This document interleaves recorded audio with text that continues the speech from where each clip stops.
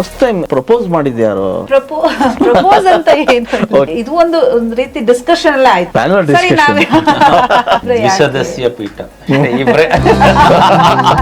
ಬಹುಶಃ madam ಮನೆಗಂತೂ happy ಇರ್ತಾರೆ. ಇಂಥ ಒಳ್ಳೆ ಹುಡುಗ ಸಿಕ್ಕಿದ. ಹೌದು. ಸೀರಿಯಲ್ ಅವರು ಸಿನಿಮಾ ಮಾಡಿದ್ರೆ ನೀವು ಸ್ಟಾರ್ ಆಗ್ತೀರಿ, ಸೀರಿಯಲ್ ಅಂತ ಮಾಡಿದಾಗ ಅವ್ರ ಮನೆ ಮಕ್ಕಳಾಗ್ಬಿಡ್ತೀರಿ. ಸೀರಿಯಲ್ ಜಾಸ್ತಿ ಅಳಿಸ್ತಾರೆ ಅಂತ ಮಾತಿದೆ. ಅದು ಒಂದು ಟೈಮಲ್ಲಿ ಜೊತೆ ಸೇರಿ ಪ್ರೊಡಕ್ಷನ್ ಅಥವಾ ಜೊತೆ ಸೇರಿ ಸಿನಿಮಾ ಅಥವಾ ಜೊತೆ ಸೇರಿ ಸೀರಿಯಲ್ ಈ ತರದ್ ಏನಾದ್ರು? ಇವ್ರನ್ನ ಡೈರೆಕ್ಟರ್ ಮಾಡ್ಬೇಕಂತ ಇಷ್ಟ ಸರ್ ನನಗೆ. ನಾಳೆ ಆರ್ ಕಥೆನೇ ಮಾಡ್ತೀನಿ ಅಂದ್ರೆ ಏನ್ ಮಾಡ್ತೀರಿ? ಮಾಡ್ಬಿಡ್ತೀನಿ ಸರ್, ನೋಡಲ್ಲ.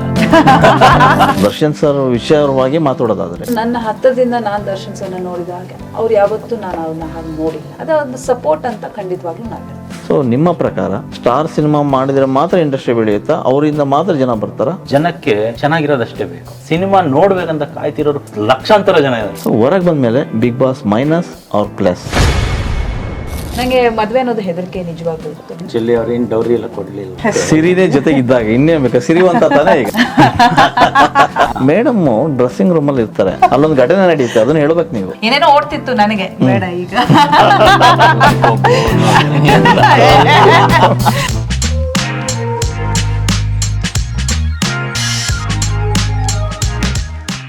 ಕಲರ್ಫುಲ್ ಲೋಕದಲ್ಲಿ ಆಗ ಒಂದಷ್ಟು ಅಚ್ಚರಿಯ ಸಂಗತಿಗಳು ನಡೀತಾ ಇರ್ತವೆ. ನಾನು ಯಾಕೆ ಈ ಮಾತು ಹೇಳ್ತಿದ್ದೀನಿ ಅಂತಂದರೆ, ಧಾರಾವಾಹಿ ಬಗ್ಗೆ ಹೇಳೋದಾದರೆ, ಬದುಕು ಅನ್ನೋ ಸೀರಿಯಲ್ ಬರ್ತಾ ಇತ್ತು ಹಲವು ವರ್ಷಗಳ ಹಿಂದೆ.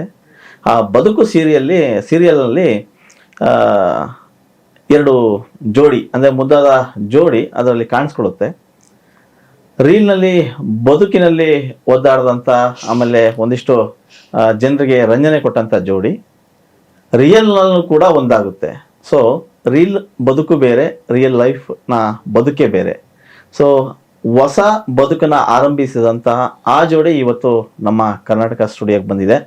ಸೊ ಒಂದಿಷ್ಟು ಮಾತಾಡೋಣ. ನಿಮಗೆ ಈಗಾಗಲೇ ಗೊತ್ತಾಗಿರ್ಬೋದು ಅವ್ರು ಯಾರು ಅಂತ. ಎಸ್, ಬೇರೆ ಯಾರೂ ಅಲ್ಲ, ಇತ್ತೀಚೆಗೆ ಬಿಗ್ ಬಾಸಿಂದ ಹೊರಬಂದಂತಹ ನಮ್ಮೆಲ್ಲರ ನೆಚ್ಚಿನ ಸಿರಿ ಅವರು ನಮ್ಮ ಜೊತೆ ಇದ್ದಾರೆ. ಮತ್ತು ಇತ್ತೀಚೆಗೆ ಅವರನ್ನು ಮದುವೆ ಆದಂತಹ ಪ್ರಭಾಕರ್ ಕೂಡ ನಮ್ಮ ಜೊತೆ ಇದ್ದಾರೆ. ಸರ್, ನಿಮ್ಮಿಬ್ಬರಿಗೂ ನಮಸ್ಕಾರ. ಮೇಡಮ್ ನಮಸ್ತೆ. ನಮಸ್ತೆ. ಹೇಗಿದ್ದೀರಿ? ಚೆನ್ನಾಗಿದ್ದೀವಿ. ಹೊಸ ಲೈಫು, ಹೊಸ ದುನಿಯಾ, ಹೊಸ ಬದುಕು. ಹೌದು. ಎಸ್, ಅಂದರೆ ಇತ್ತೀಚೆಗೆ ಅಂದರೆ ಕಳೆದ ತಿಂಗಳಲ್ಲಿ ನಿಮ್ಮ ಮದುವೆ ಆಯಿತು. ಸೊ ನಿಮ್ಮಿಬ್ಬರಿಗೂ ಶುಭಾಶಯಗಳನ್ನ ಕೋರ್ತಾ ಮಾತುಕತೆನ ಶುರು ಮಾಡೋಣ. Thank you sir. ಪ್ರಭಾಕರ್ ಅವರೇ, ಹಾಂ ಸರ್. ಸಿರಿ ಮೇಡಮ್ನ ಎಲ್ಲರೂ ನೋಡ್ತಾ ಇದ್ರು, ಮಾತಾಡ್ತಿದ್ರು. ಒಂದಿಷ್ಟು ಹೊರಗಡೆ ಸಿರಿ ಮೇಡಮ್ ಯಾರು ಮದುವೆ ಆಗ್ಬೋದು, ಮದುವೆ ವಿಚಾರ ಸಾಕಷ್ಟು ಬಂದಾಗ ಅವ್ರು ಒಂದಿಷ್ಟು ಮಾತಾಡ್ತಾ ಇದ್ರು, ಟೈಮ್ ಬರುತ್ತೆ ಅಂತೇಳಿ. ಆ ಟೈಮ್ ನಿಮ್ಮಲ್ಲಿ ಇದೆ ಅಂತ ಗೊತ್ತಿರಲಿಲ್ಲ ಬಹಳ ಜನಗಳಿಗೆ. ನಮ್ಗೆ ಗೊತ್ತಿರಲಿಲ್ಲ. ಆಕ್ಚುಲಿ ನಮಗೂ ಗೊತ್ತಿರಲಿಲ್ಲ. ಓಕೆ, ನಾವು ಇತ್ತೀಚೆಗೆ ಅಷ್ಟೇ ಡಿಸೈಡ್ ಮಾಡಿದ್ವಿ ಮದುವೆ ಆಗಬೇಕು ಅಂತ. ಡಿಸೈಡ್ ಆಗಿದ್ದು ಮೊದಲೇ ಇತ್ತಾ ಅಥವಾ? ಇಲ್ಲ ಸರ್, ಹಾಗೇನಿಲ್ಲ. ನಾವು ತುಂಬಾ ಒಳ್ಳೆ ಫ್ರೆಂಡ್ಸ್ ಆಕ್ಚುಲಿ. ಬದುಕು ಸೀರಿಯಲ್ ಅಲ್ಲಿ ಅದು ಸುಮಾರು ವರ್ಷ, ಎಷ್ಟಮ್ಮ, ಒಂದು 10-12 years ಫ್ರೆಂಡ್ಶಿಪ್. ಅಂದ್ರೆ ಒಟ್ಟಿಗೆ ನಾವು ಕೆಲಸ ಮಾಡುವಾಗ ಹೇಗೆ ಫ್ರೆಂಡ್ಸ್ ಆಗಿರ್ತೀವೋ ಹಾಗೆ ಇದ್ವಿ. ಬಟ್ ನಾನು ಇವರು ಸ್ವಲ್ಪ, ನನಗೆ ಇಂಡಸ್ಟ್ರಿಯಲ್ಲಿ ಬಹಳ ಕಡಿಮೆ ಫ್ರೆಂಡ್ಸ್ ಇರೋದು. ನಾನ್ ಹತ್ರ ಅಂತ, ಇವ್ರು ನನಗೆ ತುಂಬಾ ಹತ್ರ ಅಂತ ನಾನು ಅನ್ಕೊಳ್ಳೋದು ಬಹಳ ಕಡಿಮೆ ಅವ್ರನ್ನ.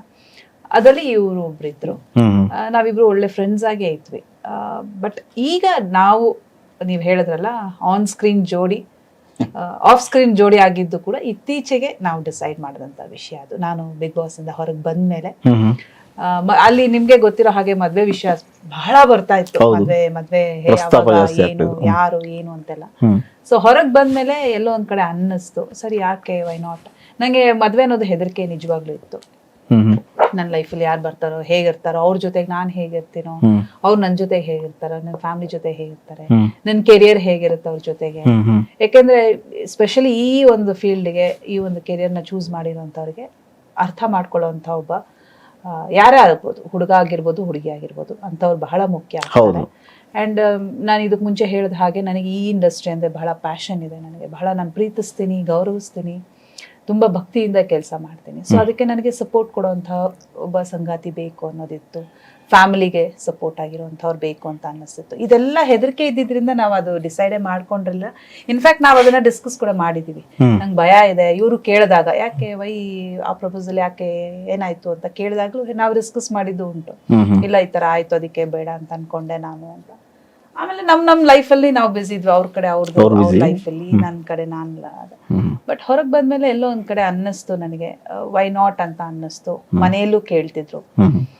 ಆಗ ಇಬ್ರು ಕೂತ್ ಮಾತಾಡಿ ಡಿಸ್ಕಸ್ ಮಾಡಿ ಸರಿ ಓಕೆ ಈಗ ಫ್ರೆಂಡ್ಸ್ ಆಗಿದ್ದವರು, ಆ ಫ್ರೆಂಡ್ಶಿಪ್ ಖಂಡಿತ ಈಗ್ಲೂ ನನ್ಗೆ ಮದ್ವೆ ಆಗಿದ್ದೀನಿ ಅನ್ನೋ ಅನ್ಸೋದಕ್ಕಿಂತ ನನ್ನ ಫ್ರೆಂಡ್ ಜೊತೆಗಿದ್ದೀನಿ ನಾನು ಅಂತಾನೆ ಅನ್ಸುತ್ತೆ ನನಗೆ. ಆಕ್ಚುಲಿ ಅವ್ರೇನ್ ಡೌರಿ ಎಲ್ಲ ಕೊಡ್ಲಿಲ್ಲ, ಹಂಗಾಗಿ ಅವ್ರಿಗೆ ಇನ್ನೂ ಫ್ರೆಂಡ್ ಅಂತ. ಅಲ್ಲ, ಅವ್ರಿಗಿಂತ ಡೌರಿ ಬೇಕಾ ನಿಮ್ಗೆ? ಅಲ್ವಾ, ಎಕ್ಸಾಕ್ಟ್ಲಿ ಸರ್. ಜೋಕ್ ಯಾವ ಕಾಲ್ ಎಳಿತಿರ್ತೀನಿ.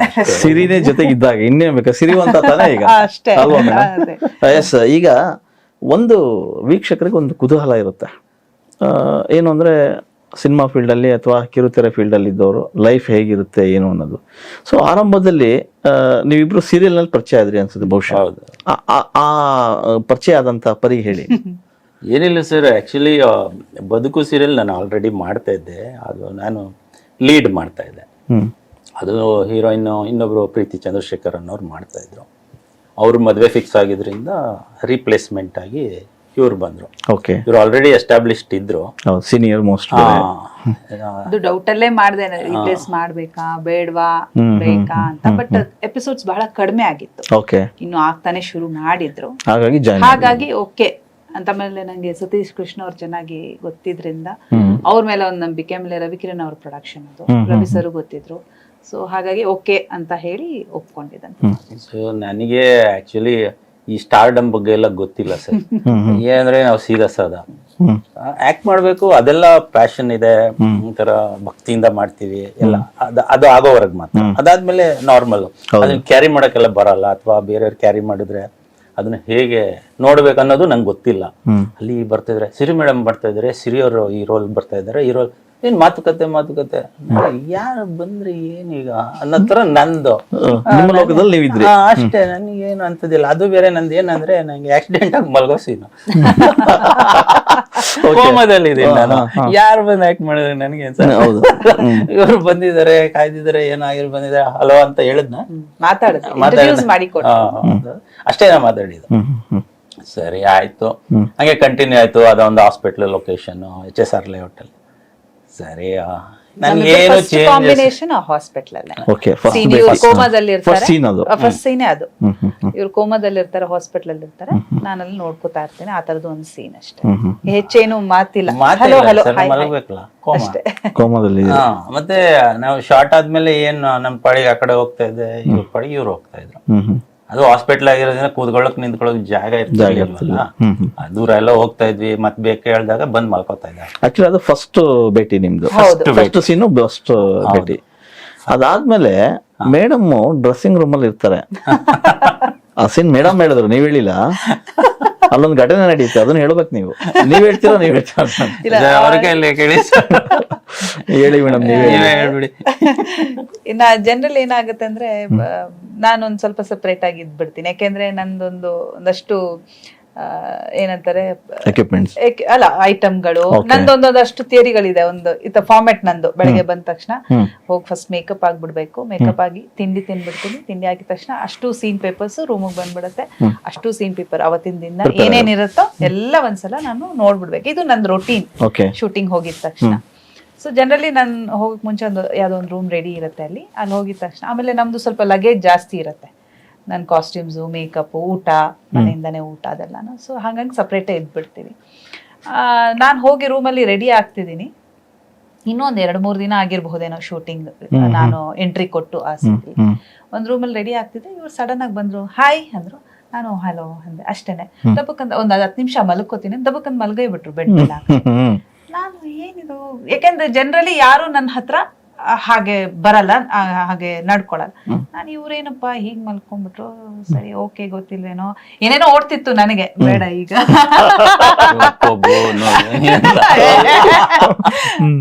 ಹೆಂಗ್ ಬಂದ್ಬಿಟ್ರು, ಹೆಂಗ್ ಮಲ್ಬಿಟ್ರು ಕೇಳ್ದೆ, ಅದು ಇದು ಅಂತ ಅನ್ಕೊಂಡು ಸರಿ ನಾನೇನ್ ಮಾಡ್ದೆ, ನಾನು ಇನ್ನೊಂದ್ ತರ ಎಲ್ಲ ರೆಡಿ ಆಗ್ಬಿಟ್ಟು ಓಕೆ ಅಂತ ನಾನೇ ಹೊರಗೋಗ್ಬಿಟ್ಟೆ. ಹ್ಮ್ ಹ್ಮ್ ಅಲ್ಲಿರಲ್ಲ ನಾನು ಅಂತ ಹೇಳಿ ನಾನೇ ಹೊರಗೋದೆ. ಸ್ವಲ್ಪ ಹೊತ್ತು ಆದ್ಮೇಲೆ ಬಂದ್ರು, ಯಾಕೆ ಬಂದ್ಬಿಟ್ಟಿದೀರಾ ಅಂದ್ರು. ಇಲ್ಲ ಇಟ್ಸ್ ಓಕೆ, ಆಯ್ತಾ ನಿಮ್ನಿದ್ರೆ ಅಂದೆ ನಾನು. ಆಯ್ತಾಯ್ತು ಅವ್ರು ಹೋದ್ಮೇಲೆ ಮತ್ ನಾನ್ ರೂಮ್ ಹೋದೆ.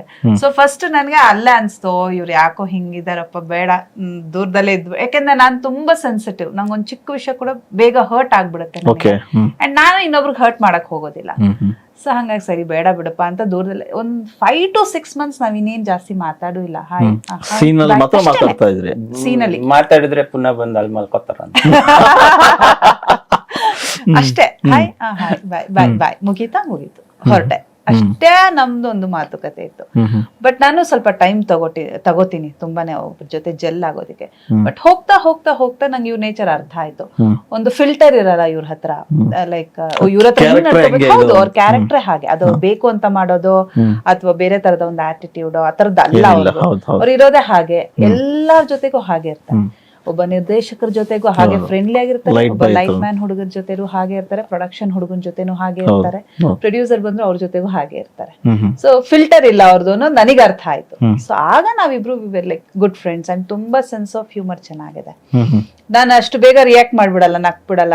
ನಂದು ಹೇಳದ್ನಲ್ಲ, ಶಾರ್ಟಿಗೆ ಹೋದಾಗ ನಾನು ಹೀಗೆ ಇರ್ಬೇಕು ಅಂತ ಒಂದು ವ್ಯಕ್ತಿ ನಾನು. ಬಟ್ ಇವ್ರು ಬಂದು ಮಾತಾಡ್ಸಿದ ತಕ್ಷಣ ನಗಾಡ್ಬಿಡ್ತಾ ಇದ್ದೆ ನಾನು. ಸೀನಲ್ಲೂ ಅಷ್ಟೇನೆ, ಶಾರ್ಟ್ ರೆಡಿ ರೋಲ್ ಅನ್ನೋರ್ಗುನು ಏನೋ ಒಂದ್ ಹೇಳೋರು ನಗ್ಸೋರು. ಹಾ ನಾನು ಓಕೆ ಓಕೆ ರೆಡಿ, ಸುಮ್ನಿರು ಸಿರಿ, ನಗ್ಬಾರ್ದು ಅಂತ ಹೇಳ್ಬಿಟ್ಟು ರೆಡಿ ಅಂತ ಇದ್ದೆ ನಾನು. ಸೊ ಅಷ್ಟು ಫ್ರೆಂಡ್ಲಿ ಆಗಿ ಒಂದ್ ಸೆಟ್ ಅನ್ನ ಅಥವಾ ಅವ್ರ ಜೊತೆ ಇರುವಂತವ್ರನ್ನೆಲ್ಲಾನು ತುಂಬಾ ಲೈವ್ಲಿ ಆಗಿ ಇಟ್ಕೊಳ್ಳುವಂತ ಒಬ್ಬ ವ್ಯಕ್ತಿ. ಅಲ್ಲಿಂದ ನಾವು we were very good friends. ಬಹಳಷ್ಟು ವಿಷಯ ಮಾತಾಡಿದೀವಿ ನಾವು, ಲೈಫ್ ಬಗ್ಗೆ ಮಾತಾಡಿದೀವಿ, ಪ್ಲಾನ್ಸ್ ಬಗ್ಗೆ ಮಾತಾಡಿದೀವಿ, ಆರೋಗ್ಯದ ಬಗ್ಗೆ, ವರ್ಕೌಟ್ ಬಗ್ಗೆ, ಶೂಟಿಂಗ್ ಬಗ್ಗೆ, ಆಕ್ಟಿಂಗ್ ಬಗ್ಗೆ ಬಹಳಷ್ಟು ಚರ್ಚೆ ಮಾಡ್ತಾ ಇದ್ವಿ ಕೂತ್ಕೊಂಡು. ಅಲ್ಲಿವರೆಗೂ ಪ್ಯೂರ್ಲಿ ಫ್ರೆಂಡ್ಶಿಪ್. ಈವನ್ ನಾನು ಹೇಳ್ತಿದ್ದೀನಲ್ಲ, ಈವನ್ ಟುಡೇ ಬಹಳಷ್ಟು ಜನ ಅನ್ಕೋತಾರೆ ಆಲ್ರೆಡಿ ಹಳೆ ಪರಿಚಯ ಇವರು ಅದಕ್ಕೆ ಇತ್ತು, ಅದು ಇಟ್ ಇಸ್ ಆಲ್ ಅಲ್ಲ, ಅದಲ್ವೇ ಅಲ್ಲ. ನಾವಿಬ್ರು we were very good friends. So ಅರ್ಥ ಮಾಡ್ಕೊಂಡಿರೋದಕ್ಕೆ ಇವತ್ತು ಹೌದೌದು, ಡೆಫಿನೆಟ್ಲಿ. ಬಹಳ ವರ್ಷಗಳಿಂದ ಆ ಒಂದು ಏನು ಫ್ರೆಂಡ್ಶಿಪ್ ಅಂತ ಸ್ನೇಹ ಅನ್ನೋದು ಏನಿತ್ತು, ಆ ಸ್ನೇಹ ಇತ್ತೀಚೆಗೆ ನಾವ್ ಅದನ್ನ ಒಂದು ಈ ಬಾಂಡಿಂಗ್ ಗೆ ಕನ್ವರ್ಟ್ ಮಾಡ್ಕೊಂಡ್ವಿ ಹೊರತು still we are good friends. ಏನ ಹೇಳ್ತಾ ಇದ್ರಿ ಸರ್? ಏನಿಲ್ಲ ಸರ್, ಆಕ್ಚುಲಿ ಅದು ಸೀರಿಯಲ್ ಮುಗೀತು ಒಂದು ಸುಮಾರು 5-6 ವರ್ಷ ಮಾಡಿದ್ವಿ. ಆಮೇಲೆ ನಾವು ಒಂದ್ 2 ವರ್ಷ ವಾಟ್ ನೆಕ್ಸ್ಟ್ ಅದಾದ್ಮೇಲೆ ಬಿಸಿ ಇದ್ವಿ. ಮಲ್ಟಿ ಟಾಸ್ಕಿಂಗ್ ಸರ್, ನನ್ಗೆ ನನ್ ಕಂಪನಿ ಇದೆ, ನಾನ್ ರನ್ ಮಾಡ್ಬೇಕು, ಅಲ್ಲಿ ಎಂಪ್ಲಾಯೀಸ್ ಜೊತೆ, ಮತ್ತೆ ಈ ಕಡೆ ನನ್ನ ಅಮ್ಮ ಇದಾರೆ, ಇದರಲ್ಲೇ ಬಿಸಿ. ನನ್ ಟೈಮೇ ಇರ್ಲಿಲ್ಲ ಆಕ್ಚುಲಿ. ಆದ್ರೂ ಒಂದು ಫ್ರೆಂಡ್ಶಿಪ್ ಗೊತ್ತಲ್ಲ, ಹೇಳ್ತಾರಲ್ಲ ವರ್ಷಕ್ಕೆ ಒಂದ್ಸರಿ ಮೀಟ್ ಆದ್ರೂ ಒಳ್ಳೆ ಫ್ರೆಂಡ್. ಸೊ ಆ ತರನೇ ಇತ್ತು. ಒಂದ್ 2-3 ವರ್ಷ, ನಾವು 2 ವರ್ಷ ಅಷ್ಟೊಂದು ಮಾತಾಡೇ ಇಲ್ಲ ನಾವು. ಆ ಸೀರಿಯಲ್ ನಂತರ ಮತ್ತೆ ಇಬ್ರು ಒಂದಾಗಿ ನಡ್ಸೋ ಅವಕಾಶ ಎಲ್ಲೂ ಬರ್ಲಿಲ್ಲ? ಇಲ್ಲ ಸರ್, ನಾನೇನ್ ಮಾಡಿದೆ, ಸ್ವಲ್ಪ ನನ್ಗೆ ಸ್ವಲ್ಪ ಮೊನಾಟನಿ ಅನ್ನಿಸ್ತು ಈ ಸೀರಿಯಲ್. ಮತ್ತೆ ಈ ಕಡೆನೂ ಸ್ವಲ್ಪ ಬ್ಯುಸಿ ಆದ್ನಲ್ಲ, ಸ್ವಲ್ಪ ಬ್ರೇಕ್ ತಗೊಳ್ಳೋಣ, ಯಾಕೆ ಸಿನಿಮಾಗಳೇನಾದ್ರು ಟ್ರೈ ಮಾಡಬಾರ್ದು ಅನ್ನೋ ಒಂದು ಇದಕ್ಕೆ ಬಿದ್ದು. ಸಿನಿಮಾ ಅನ್ನೋದು ಬೇರೆ ಅಂತ ನಾವು ಡಿಸ್ಕಸ್ ಮಾಡಿದ್ವಿ, ಅದಕ್ಕೆ ಆದಂತ ಸಿದ್ಧತೆಗಳು ಬಹಳ ಇರುತ್ತೆ, ಅದ್ರಲ್ಲಿ ಎಕ್ಸ್ಪೆಕ್ಟೇಷನ್ ಜಾಸ್ತಿ. ಹಂಗಾಗಿ ಅದನ್ನ ರೆಡಿ ಮಾಡ್ಕೊಳ್ಳೋದ್ರಲ್ಲೇ ಆಯ್ತು ನನಗೆ. ನಾನು ಯಾವ್ದಾದ್ರು ಕೆಲ್ಸಗಳಂದ್ರೆ ನಾವು ಅಚ್ಚುಕಟ್ಟಾಗಿ ಮಾಡೋದೇ ಇಷ್ಟ, ಅರ್ಧಂಬರ್ಧ ಮಾಡೋದು ಅದೆಲ್ಲ ಇಷ್ಟ ಆಗಲ್ಲ. ಹಾಗಾಗಿ ಆ ಸಿದ್ಧತೆಗಳಲ್ಲೇ ತುಂಬಾ ವರ್ಷ ಇದ್ದಿದ್ರಿಂದ ಆ ಮಧ್ಯ ಅವ್ರದ್ದು ಅಷ್ಟೊಂದು ಕಾಂಟ್ಯಾಕ್ಟ್ಸ್ ಇಲ್ಲ ನನಗೆ. ಈ ಕಡೆ ಈ ಗೊತ್ತಲ್ಲ, ಸಿನಿಮಾ ಅಂದ್ರೆ ಅವ್ರನ್ನ ಭೇಟಿ ಮಾಡ್ಬೇಕು, ಇವ್ರನ್ನ ಭೇಟಿ ಮಾಡ್ಬೇಕು, ನಾವು ರೆಡಿ ಆಗ್ಬೇಕು, ಎಲ್ಲಾನು ಒಂದೇ ಕಡೆ ಇರಬೇಕಲ್ಲ, ಫೋಕಸ್. ಬಿಸಿ ಅವ್ರ ಲೈಫಲ್ಲಿ ಅವ್ರು ಬಿಸಿ, ನನ್ನ ಲೈಫಲ್ಲಿ ನಾನು ಈ ಕಡೆ ನನ್ನ ಪ್ರಾಜೆಕ್ಟ್ಸ್, ನನ್ನ ಇದು. ಅಷ್ಟು ವರ್ಷ ನೀವು ಜೊತೆಗೆ ಸೀರಿಯಲ್ ಕೆಲಸ ಮಾಡಿದ್ರಿ, ಫ್ರೆಂಡ್ಶಿಪ್ ಚೆನ್ನಾಗಿ ಬಾಂಡಿಂಗ್ ಇತ್ತು. ಯಾವಾಗಲೂ ನೀವು ತುಂಬಾ ಅನ್ಯೋನ್ಯವಾಗಿ ಇರ್ತಾ ಇದ್ರಿ, ಸೆಟಲ್ ಆದ್ರೂ ಕೂಡ ಆನ್ ಸ್ಕ್ರೀನ್ ಅಥವಾ ಆಫ್ ಸ್ಕ್ರೀನ್. ಯಾವತ್ತಾದ್ರೂ ಸ್ಕ್ರಿಪ್ಟ್ ವಿಚಾರವಾಗಿ ಅಥವಾ ಆಕ್ಟಿಂಗ್ ವಿಚಾರವಾಗಿ ಇಬ್ಬರ ನಡುವೆ ಜಗಳಾಡಿದುಂಟಾ? ಅಂದ್ರೆ ಜಗಳ ಅಂತ ಆಡ್ತಿರ್ಲಿಲ್ಲ, ಡಿಸ್ಕಸ್ ಮಾಡ್ತಿದ್ವಿ. ಆ ಸೀನ್ ಚೆನ್ನಾಗಿ ಬರಬೇಕು ಅನ್ನೋ ಕಾರಣಕ್ಕೆ. ಸರ್ ಇವ್ ತುಂಬಾ ವೀಕ್ ಜಗಳ ಆಡೋದ್ರಲ್ಲಿ, ಹಂಗೆ ತುಂಬಾ ಪೇಷನ್ಸ್ ಸರ್. ಇನ್ಮೇಲೆ ಫಾಸ್ಟ್ ಆಗ್ತಾರ ಅಲ್ಲ, ತುಂಬಾ ಪೇಷನ್ಸ್ ಸರ್. ಜಗಳ ಅಂತಂದ್ರೆ ನಾನು ಜಗಳ ಮಾಡಲ್ಲ, ನಮ್ದೇನಂದ್ರೆ ಒಪ್ಕೊಳ್ದೆ ಇರೋದನ್ನ ನಾನು ಹೇಳೋ ರೀತಿ ಬೇರೆ ತರ ಇರುತ್ತೆ ಅಷ್ಟೇ. ಜಗಳ ಅಂತ ಏನು ಆಡೇ ಇಲ್ಲ ಸರ್, ಒಂದು ದಿನಾನು ಜಗಳ ಆಡಿಲ್ಲ. ವೇ ಆಫ್ ಎಕ್ಸ್ಪ್ಲೈನ್ ಮಾಡೋದಿರುತ್ತಲ್ಲ, ಅದು ಜಗಳ ತರ ಇರೋದಿಲ್ಲ, ಕನ್ವಿನ್ಸಿಂಗ್ ಆಗೇ ಇರುತ್ತೆ, ಇಲ್ಲ ಹೀಗ್ ಮಾಡೋಣ ಇಲ್ಲ ಹಾಗ್ ಮಾಡೋಣ. ಯಾಕಂದ್ರೆ ಈಗ ನನ್ಗೆ ಜಗಳ ಮಾಡಕ್ ಬರಲ್ಲ ಅಂತಲ್ಲ, ಜಗಳ ಮಾಡಕ್ ಬರುತ್ತೆ, ಅದು ನನಗೆ ಇಷ್ಟ ಆಗಲ್ಲ. ಆ ತರ ಜಗಳ ಮಾಡೋದು, ಕೂಗಾಡೋದು ಅಥವಾ ಆ ತರದ್ದು ಇಷ್ಟ ಆಗಲ್ಲ ನನಗೆ. ಹಾಗಾಗಿ ನನ್ಗೆ ಅದು ಇಷ್ಟ ಇಲ್ಲ. ಸೊ ಹಾಗಾಗಿ ನಾವ್ ಯಾವತ್ತೂ ಜಗಳ ಅಂತ ಮಾಡ್ತಾರೆ. ಈಗ್ಲೂ ಅಷ್ಟೇ, ಇವ್ರೇನಾದ್ರು ರೈಸ್ ಆದ್ರು, ವಾಯ್ಸ್ ರೇಸ್ ಆಯ್ತು ಅಂದ್ರೆ ನಾನು ಸುಮ್ನೆ ಆಗ್ಬಿಡ್ತೇನೆ, ಅದೇನು ಮಾತಾಡಕ್ಕೆ ಹೋಗಲ್ಲ, ಸುಮ್ನೆ ಆಗ್ಬಿಟ್ಟು ಆಮೇಲೆ ಸ್ವಲ್ಪ ಸಮಾಧಾನ ಆದ್ಮೇಲೆ ನೋಡಿ ಇದನ್ನ ನಾನು ಹಿಂಗ್ ಹೇಳಿದ್ದು ಈ ತರ ಅಂತ ಹೇಳಿದ್ರೆ ಆಗ ಅವ್ರಿಗೂ ಅರ್ಥ ಆಗುತ್ತೆ, ಆ ವಿಷಯ ಅವ್ರಿಗೂ ಗೊತ್ತು. ಆ ಕ್ಷಣಕ್ ನಾನು ಕೂಗಾಡ್ಬಿಟ್ಟೆ, ಸರಿ ಬಿಡು ಅಂತ ಅವರು ಅಕ್ಸೆಪ್ಟ್ ಮಾಡ್ಕೋತಾರೆ. ಸೀನಲ್ಲಿ ಯಾವತ್ತು ನಾವ್ ಆ ತರದ್ದು ಜಗಳ ಅಂತ ಕೂಗಾಡಿದ ಆ ತರದೆಲ್ಲ ಸೀರಿಯಲ್ ಅಲ್ಲಿ ಇವ್ರು ಲೀಡ್ ಅಲ್ವಾ ಸರ್, ವಿಮೆನ್ ಸೆಂಟ್ರಿಕ್, ಜಗಳ ಎಲ್ಲಿರುತ್ತೆ ಅವ್ರು ಹೇಳಿದೇ ನಡೆಯುತ್ತೆ. ಇಲ್ಲ ಆಕ್ಚುಲಿ ನಮ್ದು ಕತೆ ಬೇರೆ ತರನೇ, ಅಂದ್ರೆ ನಾವಿಬ್ರು ಏನ್ ಅನ್ಯೋನ್ಯವಾಗಿ ಏನಿರ್ಲಿಲ್ಲ. ಕಥೆಯಲ್ಲಿ ಆನ್ ಸ್ಕ್ರೀನ್ ಹೇಳ್ತಿದೀನಿ, ಯಾವಾಗ್ಲೂ ನಮ್ದು ಒಂಥರದ್ದು ಒಂದು ಮಾತುಕತೆ, ಜಗಳದ ತರ ಅಲ್ಲ, ಬಟ್ ಆ ತರದ್ದೇನೆ ಇರ್ತಾ ಇದ್ದಿದ್ದು ಇಬ್ಬರದು. ಕೊನೆವರೆಗೂ ನಾವಿಬ್ರು ಏನು ಒಂದಾಗಿರ್ಲಿಲ್ಲ ಸೀರಿಯಲ್ ಅಲ್ಲಿ. ಲಾಸ್ಟ್ ಸೀನ್ ಅಲ್ಲಿ ಒಂದ್ ಸ್ವಲ್ಪ ಇನ್ ಬಿಟ್ವೀನ್ ಚೆನ್ನಾಗಿರ್ತೀವಿ. ಸೀರಿಯಲ್ ಹಾಗೆ ಅಲ್ವಾ, ಕತೆ ಅನ್ಯೋನ್ಯವಾಗಿ ಹೋಗ್ತಾ ಇದ್ರೆ ಏನಿರುತ್ತೆ ಅಲ್ಲಿ, ಕತೆ ಏನಿರುತ್ತೆ. ಸೊ ಇಬ್ರು ದೂರನೇ ಇರ್ತೀವಿ, ಆ ಒಂದು ವಾರ್ ನಡೀತಾ ಇರುತ್ತೆ. ಆಮೇಲೆ ಅನ್ಯೋನ್ಯವಾಗಿ ಫ್ರೆಂಡ್ಶಿಪ್ ಇಷ್ಟ ಆಗ್ಬೇಕಂದ್ರೆ ಯಾವ್ದಾರ ಒಂದು ಒಳ್ಳೆ ಗುಣ ಬೇಕು. ನೀವು ಪ್ರಭಾಕರ್ ಅವರಲ್ಲಿ ನೋಡಿದಂತ ಗುಣ ಏನು? ಫ್ರೆಂಡ್ಶಿಪ್ ಅಷ್ಟು ಬಾಂಡಿಂಗ್ ಆಗ್ಲಿಕ್ಕೆ ನೀವು ಮೇಡಮ್ ಅಲ್ಲಿ ನೋಡಿದಂತ ಗುಣ ಯಾವುದು? ಮೇಡಮ್ ಇಲ್ಲ, ನನ್ಗೆ ನಾ ಆಗ್ಲೇ ಹೇಳಿದೆ, ನನ್ಗೆ ಇಂಡಸ್ಟ್ರಿಯಲ್ಲಿ ಬಹಳ ಕಡಿಮೆ ಫ್ರೆಂಡ್ಸ್ ಇರೋದು. ಯಾಕೆಂದ್ರೆ ನನ್ನ ಒಂದು ಬಿಹೇವಿಯರ್ ಹಾಗೇನೆ, ನಿಜ ಇವ್ರು ಜೆನ್ಯೂನ್ ನಿಜವಾಗ್ಲೂ ಇದಾರಪ್ಪ ಅಂತ ಅನ್ಸ್ದಾಗ್ಲೇ ನಾನು ಅವ್ರ ಮಾತಾಡೋದಾಗ್ಲಿ, ಅದು ಕಂಟಿನ್ಯೂ ಮಾಡೋದಾಗ್ಲಿ, ಬೆರಳೆಣಿಕೆ ಅಷ್ಟೇ ನನ್ ಫ್ರೆಂಡ್ಸ್ ಇರೋದು ಇಂಡಸ್ಟ್ರಿಯಲ್ಲಿ. ಅಂತದ್ರಲ್ಲಿ ಇವ್ರು ಯಾಕೆ ಅಂದ್ರೆ ನಾನು ಆಗ್ಲೇ ಹೇಳಿದೆ, ಅವರಲ್ಲಿ ಫಿಲ್ಟರ್ ಇಲ್ಲ. ಅವರು ಆಮೇಲೆ ಸುಮ್ನೆ ಹೊಗಳೋದು, ಸುಮ್ನೆ ಬೈಯೋದೋ ಇಲ್ಲ. ನೀವು ನಿಜವಾಗ್ಲೂ ಜೆನ್ಯೂನ್ ಆಗಿದ್ದೀರಾ ಅಂದ್ರೆ ಬಂದ್ ನಿಜವಾಗ್ಲೂ ಅಪ್ರಿಶಿಯೇಟ್ ಮಾಡ್ತಾರೆ. ಆ ತರ ವಿಷಯದಲ್ಲಿ ಸಾಕಷ್ಟು ಸಲ ನನಗ್ ಸೀನ್ಸ್ ಅಲ್ಲಿ ಅಂಡ್ ಆನ್ ಸ್ಕ್ರೀನ್ ಮಾತ್ರ ಅಲ್ಲ, ನನ್ನ ಕ್ಯಾರೆಕ್ಟರ್ನ ಆಫ್ ಸ್ಕ್ರೀನ್ ಬಹಳ ಇಷ್ಟಪಟ್ಟಿದ್ರು. It is very nice. ಅದನ್ನ ಓಪನ್ ಆಗಿ ಹೇಳ್ಕೊಳ್ಳೋರು. ಅದು ಎಲ್ಲೂ ನನಗೆ ಒಂದು ಏನೋ ಸುಮ್ನೆ ಹೇಳ್ತಿದ್ದಾರೆ ಅಥವಾ ಬೇರೆ ಏನೋ ಕಾರಣಕ್ಕೆ ಹೇಳ್ತಿದ್ದಾರೆ ಅಂತ ಯಾವತ್ತೂ ನನಗೆ ಅನ್ಸೋದಿಲ್ಲ. Very genuine. ಅಂಡ್ ಇನ್ನೊಂದೇನಂದ್ರೆ ಪ್ರತಿಯೊಂದು ವಿಷಯನೂ ಪಾಸಿಟಿವ್ ಆಗಿ ತಗೋತಾರೆ. ಯಾವ್ದೋ ಅಯ್ಯೋ ತಲೆ ಮೇಲೆ ಭಾರ ಬಿದ್ಬಿಡ್ತಪ್ಪ ಅನ್ನೋ ತರ ರಿಯಾಕ್ಟೇ ಮಾಡಲ್ಲ. ಬಹಳಷ್ಟು ವಿಷಯಗಳಿದೆ ಅವರಲ್ಲಿ, ತಲೆಯಲ್ಲಿ ಹೊತ್ಕೊಂಡಿದ್ದಾರೆ, ಬಟ್ ಅವ್ರು ಯಾವತ್ತೂ ರಿಯಾಕ್ಟ್ ಮಾಡಲ್ಲ ಆತರ. ಹೌದು, ಇಲ್ಲ ಜಾಲಿಯಾಗೆ ಮಾಡ್ತಾರೆ. ಒಂದು 10 ಕೆಲಸ ಮಾಡ್ತಿರ್ತಾರೆ. ಈಗ ನೀವ್ ಅಂದ್ರೆ ನೀವ್ ಡ್ರೈವ್ ಮಾಡ್ಕೊಂಡ್ ಬಂದ್ರಿ ಅಂತ ಆನ್ ದಿ ವೇ ಅವ್ರ ಒಂದ್ 10 ಕೆಲಸ ಮಾಡಿರ್ತಾರೆ. ಕಂಪ್ನಿಯಲ್ಲೋ ಹುಡುಗನ್ ಮಾತಾಡ್ಬಿಡ್ತಾರೆ, ಅಲ್ಲೇನೋ ಕೆಮಿಕಲ್ ಅದೊಂದು ಆರ್ಡರ್ ಮಾಡ್ಬಿಟ್ಟಿರ್ತಾರೆ, ಇನ್ ಬಿಟ್ವೀನ್ ಫ್ಯಾಮಿಲಿ ಒಂದು ಫೋನ್ ಮಾಡಿರ್ತಾರೆ. ಸೊ ಈ ತರದ್ದು ಮಲ್ಟಿ ಟಾಸ್ಕಿಂಗ್ ಮಾಡ್ಕೊಂಡ್ ಬರ್ತಿರ್ತಾರೆ, ಬಟ್ ಅಟ್ ದಿ ಎಂಡ್ ನಗ್ನಗ್ತಾನೆ ಇರ್ತಾರೆ. ಆ ಗುಣ ನಿಮ್ಗೆ ಬಹಳ ಇಷ್ಟ ಆಯ್ತು ನನಗೆ. ಅಂಡ್ ನಾ ಹೇಳದ್ನಲ್ಲ, ಏನೇ ಮಾಡಿದ್ರು ಮನಸ್ಫೂರ್ತಿಯಾಗಿ ಮಾಡ್ತಾರೆ. ಮನಸ್ ಹಾಕಿ ಒಂದ್ ಕೆಲ್ಸನ ಮಾಡೋದು ಅಥವಾ ಒಬ್ಬರು ವ್ಯಕ್ತಿನ ಇಷ್ಟ ಪಡೋದು. ಐ ಮೀನ್ ಯಾರನ್ನು ಹಿ ವಿಲ್ ನಾಟ್ ಹೇಟ್, ಯಾರನ್ನು ಹೇಟ್ ಮಾಡಲ್ಲ, ಇಲ್ಲ ಮಾಡಲ್ಲ. ಇಷ್ಟ ಇಲ್ಲ ಅಂದ್ರೆ ಬಿಟ್ಬಿಡೋಣ ಸುಮ್ನೆ, ದ್ವೇಷ ಮಾಡೋದು ಬೇಡ. ಅಂಡ್ ಯಾರಿಗೂ ಕೆಟ್ಟದ್ದನ್ನ ಬಯಸೋದೇ ಇಲ್ಲ. ಅದೆಲ್ಲ ನಂಗೆ ಬಹಳ ಇಷ್ಟ ಆಯ್ತು. ಯಾಕೆಂದ್ರೆ ನೀವು ಬಹಳ ಅಪರೂಪ ಅಂತ ವ್ಯಕ್ತಿಗಳನ್ನ ನೋಡೋದು. ಯಾರನ್ನು ಅವ್ರು ದ್ವೇಷ ಮಾಡೋದಿಲ್ಲ, ಇರೋದನ್ನ ಇದ್ದಾಗ. ಈಗ ನೀವ್ ಇಷ್ಟ ಆಗಿಲ್ಲ ಅಂದ್ರೆ ಮುಖದ ಮೇಲೆ ಹೇಳ್ಬಿಡ್ತಾರೆ, ನನ್ ನೀವ್ ಇಷ್ಟ ಆಗಿ ಯಾಕೆ ಹಿಂಗ್ ಮಾಡ್ತೀರಾ, ಯಾಕೆ ನೀವು ನನ್ನನ್ನು ಸರಿಯಾಗಿ ಕರೀಲಿಲ್ಲ ಅಂತಾನೆ ಕೇಳ್ತಾರೆ. ಯಾಕೆ ನೀವ್ ಹಂಗ್ ಕರೆದ್ರಲ್ಲ ಅದಕ್ಕೆ ನಮ್ ಬರಲ್ಲ ಅಂತ. ಸ್ಟ್ರೈಟ್ ಫಾರ್ವರ್ಡ್ ನಿಜ ಇಷ್ಟ ಆಯ್ತು. ಮೇಡಮ್ ಇರ್ತಕ್ಕಂಥ ಗುಣ ಯಾವ್ದು ಇಷ್ಟ ಆಯ್ತು ನಿಮಗೆ? ಸರ್ ಅದು ಒಂದೇ ಗುಣ ಅಂತ ಏನಿಲ್ಲ ಸರ್, ಇವ್ರದ್ದು ಹೋಗ್ತಾ ಹೋಗ್ತಾ ಇಷ್ಟ ಆಗ್ಬಿಟ್ರು. ಒಂದು ನಾವ್ ಹೇಳಿದ್ವಲ್ಲ, ನಾನ್ ಮೊದ್ಲು ಅಷ್ಟೊಂದೇನು ಅಬ್ಸರ್ವ್ ಮಾಡ್ತಾ ಇರ್ಲಿಲ್ಲ ಕೆಲಸ. ಅವ್ರದ್ದು ಹೋಗ್ತಾ ಹೋಗ್ತಾ ಅವರು ಸಿಕ್ಕಾಬಿಟ್ಟೆ ಶಾರ್ಪ್ ಸರ್. ಇವರು ಅವ್ರು ಸೈಲೆಂಟ್ ಆಗಿರೋದು ಅವ್ರದ್ದು ಸ್ಟ್ರೆಂತ್ ಆಕ್ಚುಲಿ. ಸಿಕ್ಕಾಬಟ್ಟೆ ವೀಕ್ ಆಗಿರೋರೇ ಜಾಸ್ತಿ ಮಾತಾಡೋದು ಅಂತ ಇವರಿಂದ ನೋಡಿ ಕಲ್ತಿದ್ದು. ಏನಂದ್ರೆ ಸಣ್ಣ ಸಣ್ಣ ವಿಷಯನೂ ನೀಟಾಗಿ ಅಬ್ಸರ್ವ್ ಮಾಡ್ತಾರೆ, ಕರೆಕ್ಟ್ ಪ್ರಶ್ನೆಗಳು ಕೇಳ್ತಾರೆ. ಇಂಗ್ಲಿಷ್ ಅಲ್ಲಿ ಒಂದು ಏನಿದೆಯಲ್ಲ, A well stated problem is a half solve ಅಂತ, ಆತರ ಇವರು ಪ್ರಶ್ನೆನೇ ನೀಟಾಗಿ ಹಾಕ್ತಾರೆ. ಸೊ ಅದಕ್ಕೆಲ್ಲ ತುಂಬಾ ಬುದ್ಧಿ ಇರಬೇಕು. ಅದಕ್ಕೇನು ಲಂಡನ್ ನಲ್ಲಿ ಓದ್ಕೊ ಬರ್ಬೇಕು ಅದೆಲ್ಲ ಏನಿಲ್ಲ.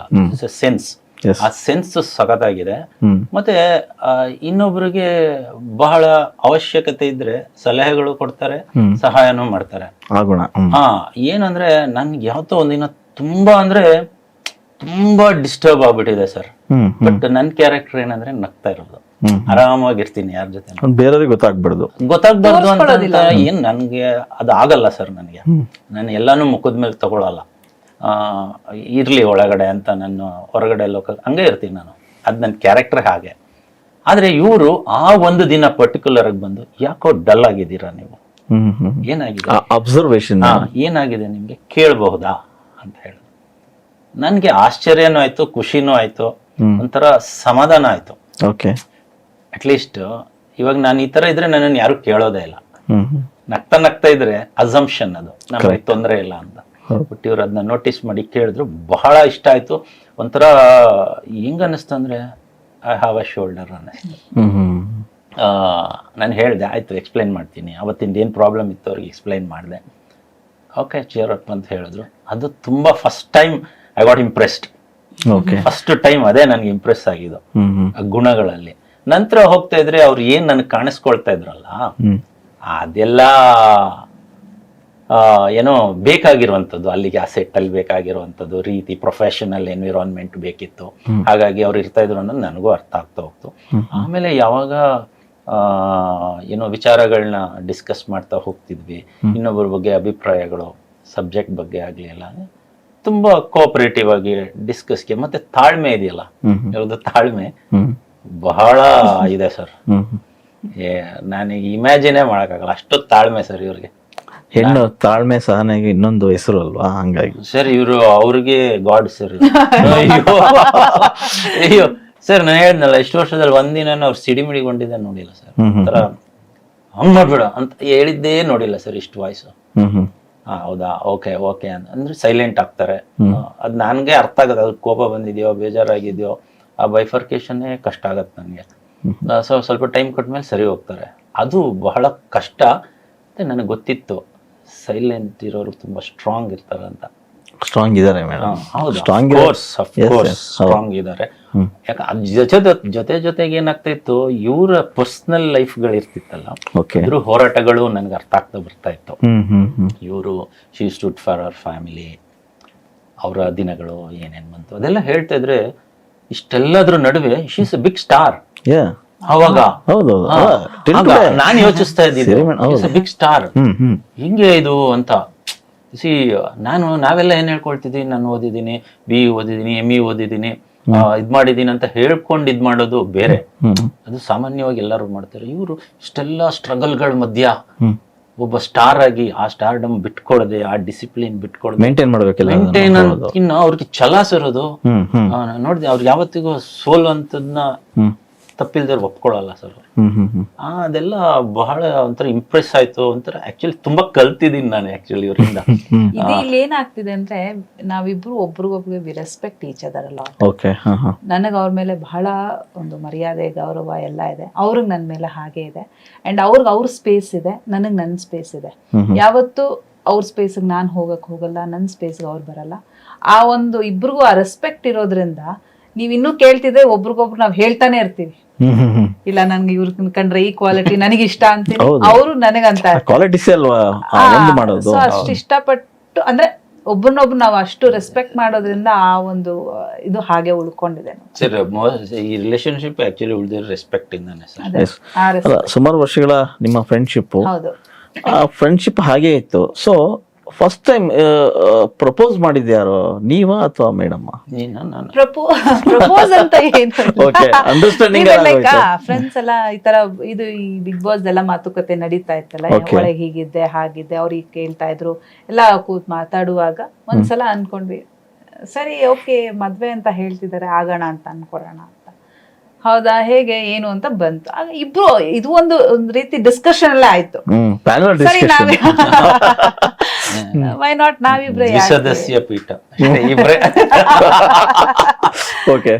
ಇಬ್ರು ಸರಿ ಓಕೆ, ನಿಮ್ಗೆ ನಿಮ್ಮ ಅಭಿಪ್ರಾಯ ಏನು, ನನ್ನ ಅಭಿಪ್ರಾಯ ಏನು, ಈ ತರ ಒಂದು ಡಿಸ್ಕಷನ್ ಅಲ್ಲೇ ಹೋಯ್ತು. ಅದಾದ್ಮೇಲೆ ಒಂದು ರಿಯಾಲಿಟಿಗೆ ಬಂದ್ವಿ ನಾವು. ಅಂದ್ರೆ ಇನ್ ದ ಸೆನ್ಸ್ ಆ ಡಿಸ್ಕಷನ್ ಬಿಟ್ಟು ಒಂದು ಓಕೆ ಈಗ ಒಂದು ಹಸ್ಬೆಂಡ್ ಅಂಡ್ ವೈಫ್ ಈಗ ಆಗ್ತೀವಿ ನಾವು ಅನ್ನೋ ರಿಯಾಲಿಟಿ ಆಮೇಲೆ ಬಂದ್ವಿ. ಅದವರೆಗೂ ಡಿಸ್ಕಷನ್ ನಡೀತಾ ಇತ್ತು, ಈ ತರ ಮಾಡೋಣ, ಸರಿ ಓಕೆ ಲೆಟ್ಸ್ ಗೆಟ್ ಮ್ಯಾರಿಡ್, ಆಗೋಣ, ಇಷ್ಟು ವರ್ಷ ಇದೀವಿ, ಒಬ್ರಿಗೊಬ್ರು ಚೆನ್ನಾಗಿ ಗೊತ್ತಿದೆ. ಇದು ನಾನ್ ಕೇಳ್ದೆ ಅವ್ರು ಕೇಳ್ದೆ ಅಂತೇನಿಲ್ಲ, ಇಟ್ ಇಸ್ ಲೈಕ್ ಮ್ಯೂಚುವಲ್. ಇಬ್ರು ಮಾತಾಡ್ಕೊಂಡು ಆಮೇಲೆ ಫ್ಯಾಮಿಲೀಸ್ ಹತ್ರ ಮಾತಾಡಿ ಎಸ್, ನೀವು ಬಿಗ್ ಬಾಸ್ ಅಲ್ಲಿ ಇದ್ದಾಗ ಸಾಕಷ್ಟು ಪ್ರಮೋಟಿವ್ ಆಗಿ ನಿಂತ್ಕೊಂಡ್ರು ಜೊತೆಗೆ ನನ್ಗೆ ಗೊತ್ತಿದ್ದಂಗೆ ಹೌದು. ಪ್ರಭಾಕರ್ ಅವರು. ಹೌದು, ಫುಲ್ ಅವರೇ ಕೋಆರ್ಡಿನೇಟ್ ಮಾಡ್ತಾರೆ. ಅದು ಸೋಷಿಯಲ್ ಮೀಡಿಯಾದಿಂದ ಹಿಡಿದು ಎಲ್ಲದನ್ನು ಆಕ್ಟಿವ್ ಆಗಿ ಮಾಡ್ತಾ ಇದ್ರು. ನಾವು ಅನ್ಕೊಂಡ್ವಿ ತುಂಬಾ ಆಕ್ಟಿವ್ ಆಗಿ ಕೆಲಸ ಮಾಡ್ತಾ ಇದಾರೆ. ಯಾವತ್ತು ನಾನು ಅಷ್ಟು ಆಕ್ಟಿವ್ ಆಗಿ ಇವ್ರು ಮಾಡ್ತಾ ಇದ್ದು ನಾನು ನೋಡಿಲ್ಲ. ಅಂದ್ರೆ ವೈಯಕ್ತಿಕವಾಗಿ ನನಗೆ ಪರ್ಸನಲಿ ಜವಾಬ್ದಾರಿ ಹೌದು ತುಂಬಾ ಇದು ಮಾಡಿದ್ರು. ಸೊ ಅವತ್ತು ಏನು ಬಿಗ್ ಬಾಸ್ ಒಳಗೆ ಹೋಗಿ ಹೊರಗಡೆ ಇಷ್ಟೊಂದು ಸಿರಿ ಅಂತ ಆಯ್ತು. ನನಗನ್ನಿಸ್ತಂಗೆ ಅದಕ್ಕೊಬ್ರು ಕಾರಣ ಅಂತ ಹೇಳ್ಬೋದು ಪ್ರಭಾಕರ್ ಅವರು. ಎಲ್ಲಾನು ಅಷ್ಟೇನೆ, ಕಾಸ್ಟ್ಯೂಮ್ಸ್ ಮತ್ತೆ ಟೀಮ್ ಜೊತೆಗೆ ಕೋಆರ್ಡಿನೇಟ್, ನನ್ನ ಫ್ಯಾಮಿಲಿ ಜೊತೆಗೆ ಅಕ್ಕ ಮತ್ತೆ ಇವ್ರನ್ನೇ ಎಲ್ಲ ಮಾತಾಡ್ಕೊಂಡು, ಹೌದು ಅವ್ರೊಂದ್ ಕಾಸ್ಟ್ಯೂಮ್ ಇವ್ರು ಡಿಸ್ಕಸ್ ಮಾಡಿ, ಅಂಡ್ ಓಡಾಡಿದ್ದೆಲ್ಲ ಇವ್ರೇನೆ. ವೀಕೆಂಡ್ಸ್ ಕಾಸ್ಟ್ಯೂಮ್ ಸಖತ್ತಾಗಿದೆ ಅದು ಇದು ಅಂತಿದ್ರಲ್ಲ ಅದೆಲ್ಲ ಕೋಆರ್ಡಿನೇಟ್ ಮಾಡ್ತಿದ್ರು, ಅಂಡ್ ಟೀಮ್ ಜೊತೆ ಕೋಆರ್ಡಿನೇಟ್ ಮಾಡ್ತಿದ್ರು. ಆಮೇಲೆ ಯಾವಾಗ ಮನೆಯವ್ರು ಬರ್ಬೇಕು ಅಲ್ಲಿಗೆ ಅನ್ನೋ ಎಲ್ಲ ಪ್ರತಿಯೊಂದು, ನಾನು ಅಲ್ಲಿ ಒಳಗಿದ್ದೆ ನನ್ಗೇನು ಅದು ಗೊತ್ತಿರ್ಲಿಲ್ಲ.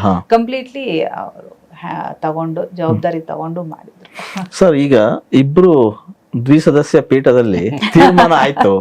ತೀರ್ಮಾನ ಆದ ನಂತರ ಸೊ ನಿಮ್ಮನೆಗೆ ನೀವ್ ಹೇಳ್ಬೇಕು, ನಿಮ್ಮನೆಗೆ ನೀವ್ ಹೇಳ್ಬೇಕು. ಸೊ ಆ ಮನಸ್ಥಿತಿಗಳು ಹೇಗಿದ್ವು ಅಂತ? ಸರ್, ನಮ್ಮ ಮನೇಲೇನು ಓಪನ್ ಆಗಿತ್ತು ಸರ್. ನಮ್ಮ ಮನೇಲಿ ನಾವು ಮೆಚೂರ್ಡ್ ಎನಫ್ ಅಂತ ಎಲ್ಲರಿಗೂ ಗೊತ್ತು. ನಾವು ಇದು ಇಟ್ಟಾಗ ಓಕೆ ನಿಮ್ಗೆ ಹಿಂಗ್ ತೋಚುತ್ತಾ ಹಾಗೆ ಮಾಡಿ, ನಮ್ ಸಹಕಾರ ಇದೆ, ನಿಮ್ ಜೀವನ ಚೆನ್ನಾಗಿರ್ಬೇಕು ಅನ್ನೋದೇ ನಮ್ದು ಉದ್ದೇಶ. ಎಲ್ಲರ ಮನೇಲೂ ಅದೇ ಹೇಳಿದ್ರು.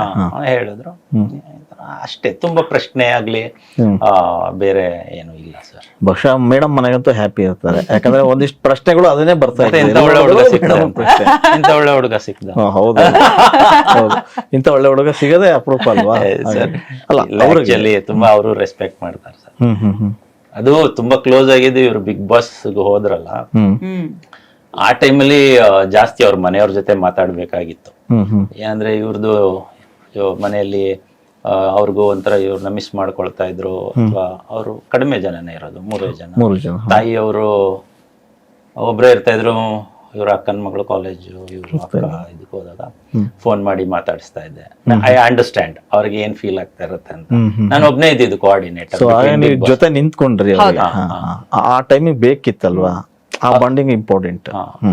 ಹಾಗಾಗಿ ಅವ್ರಿಗೆ ಅನ್ಸಿರಬಹುದು. ಓಕೆ, ಎಲ್ಲ ಆಯ್ತು. ನೀವು ಈ ಫೀಲ್ಡ್ ಅಲ್ಲಿ ಇರೋದ್ರಿಂದ ಒಂದಿಷ್ಟು ಅವಕಾಶಗಳು ಬರ್ತವೆ, ಅದು ವೆಯ್ಟ್ ಮಾಡಬೇಕು. ಈಗ ಮೇಡಮ್ ಬಿಡಿ, ಆಫ್ಟರ್ ಬಿಗ್ ಬಾಸ್ ಬಂದ್ಮೇಲೆ ಒಂದು ಸಾಕಷ್ಟು ಅಪರ್ಚುನಿಟಿ ಬಂದಿದೆ. ಮೇಡಮ್ ಈಗ ಒಂದು ಸಣ್ಣ ಬ್ರೇಕ್ ತಗೊಂಡಿರೋದು ಬಹುಶಃ. ಈಗ ನಿಮ್ಮ ಮದುವೆ ಆಯ್ತು, ಅದಾಯ್ತು, ಮತ್ತೆ ಈಗ ಹೊಸ ಇನ್ನಿಂಗ್ಸ್ ಶುರು ಮಾಡ್ತೀರಿ. ಈಗ ಮೇಡಮ್ ಮತ್ತೆ ಬ್ಯುಸಿ ಆಗ್ತಾರೆ. ಸೊ ಪ್ರಭಾಕರ ಅವರ ಇದು ಹೇಗಿರುತ್ತೆ ಅಂತ, ಮೇಡಮ್ ಆನ್ ಸ್ಕ್ರೀನ್ಗೆ ಹೋದ್ರೆ ಬಂದ್ರೆ? ಸರ್, ಏನಿಲ್ಲ ಸರ್, ನನ್ ತುಂಬಾ ಖುಷಿ ಆಗತ್ತೆ. ಯಾಕಂದ್ರೆ ನಾನು ಯಾರಿಗೂ ಯಾವತ್ತಿಗೂ ನಂದು ಒಂದೇ ಸಿದ್ಧಾಂತ, ನೀವ್ ಯಾವ ಕೆಲಸ ಆದ್ರೂ ಮಾಡಿ, ಅದ್ಭುತವಾಗಿ ಮಾಡಿ, ಅದ್ರಲ್ಲಿ ಯಶಸ್ಸು ಗ್ಯಾರಂಟಿ. ಸಣ್ಣದಿರ್ಲಿ ದೊಡ್ಡದಿರ್ಲಿ ಯಾವ್ದಾದ್ರು ಮಾಡಿ ಇಷ್ಟಪಟ್ಟು. ಸರ್, ನಾನು ಯಾವಾಗ್ಲೂ ಹೇಳೋದಿಷ್ಟೇ, ಇವಾಗ ರೋಡ್ ಸೈಡ್ ಅಲ್ಲಿ ಚಪ್ಪಲಿ ಹೊಲಿತಿರ್ತಾರಲ್ಲ ಸರ್, ಅದೇನ್ ಕಡಿಮೆ ಕೆಲಸ ಅಲ್ಲ ಸರ್. ಅದೇ ಕೆಲಸನೇ ನೈಕಿ ಕಂಪ್ನಿ ಅವ್ರು ಮಾಡೋದು. ರೈಟ್, ದೊಡ್ಡದಾಗಿ ಮಾಡ್ತಾರೆ ಅಷ್ಟೇ.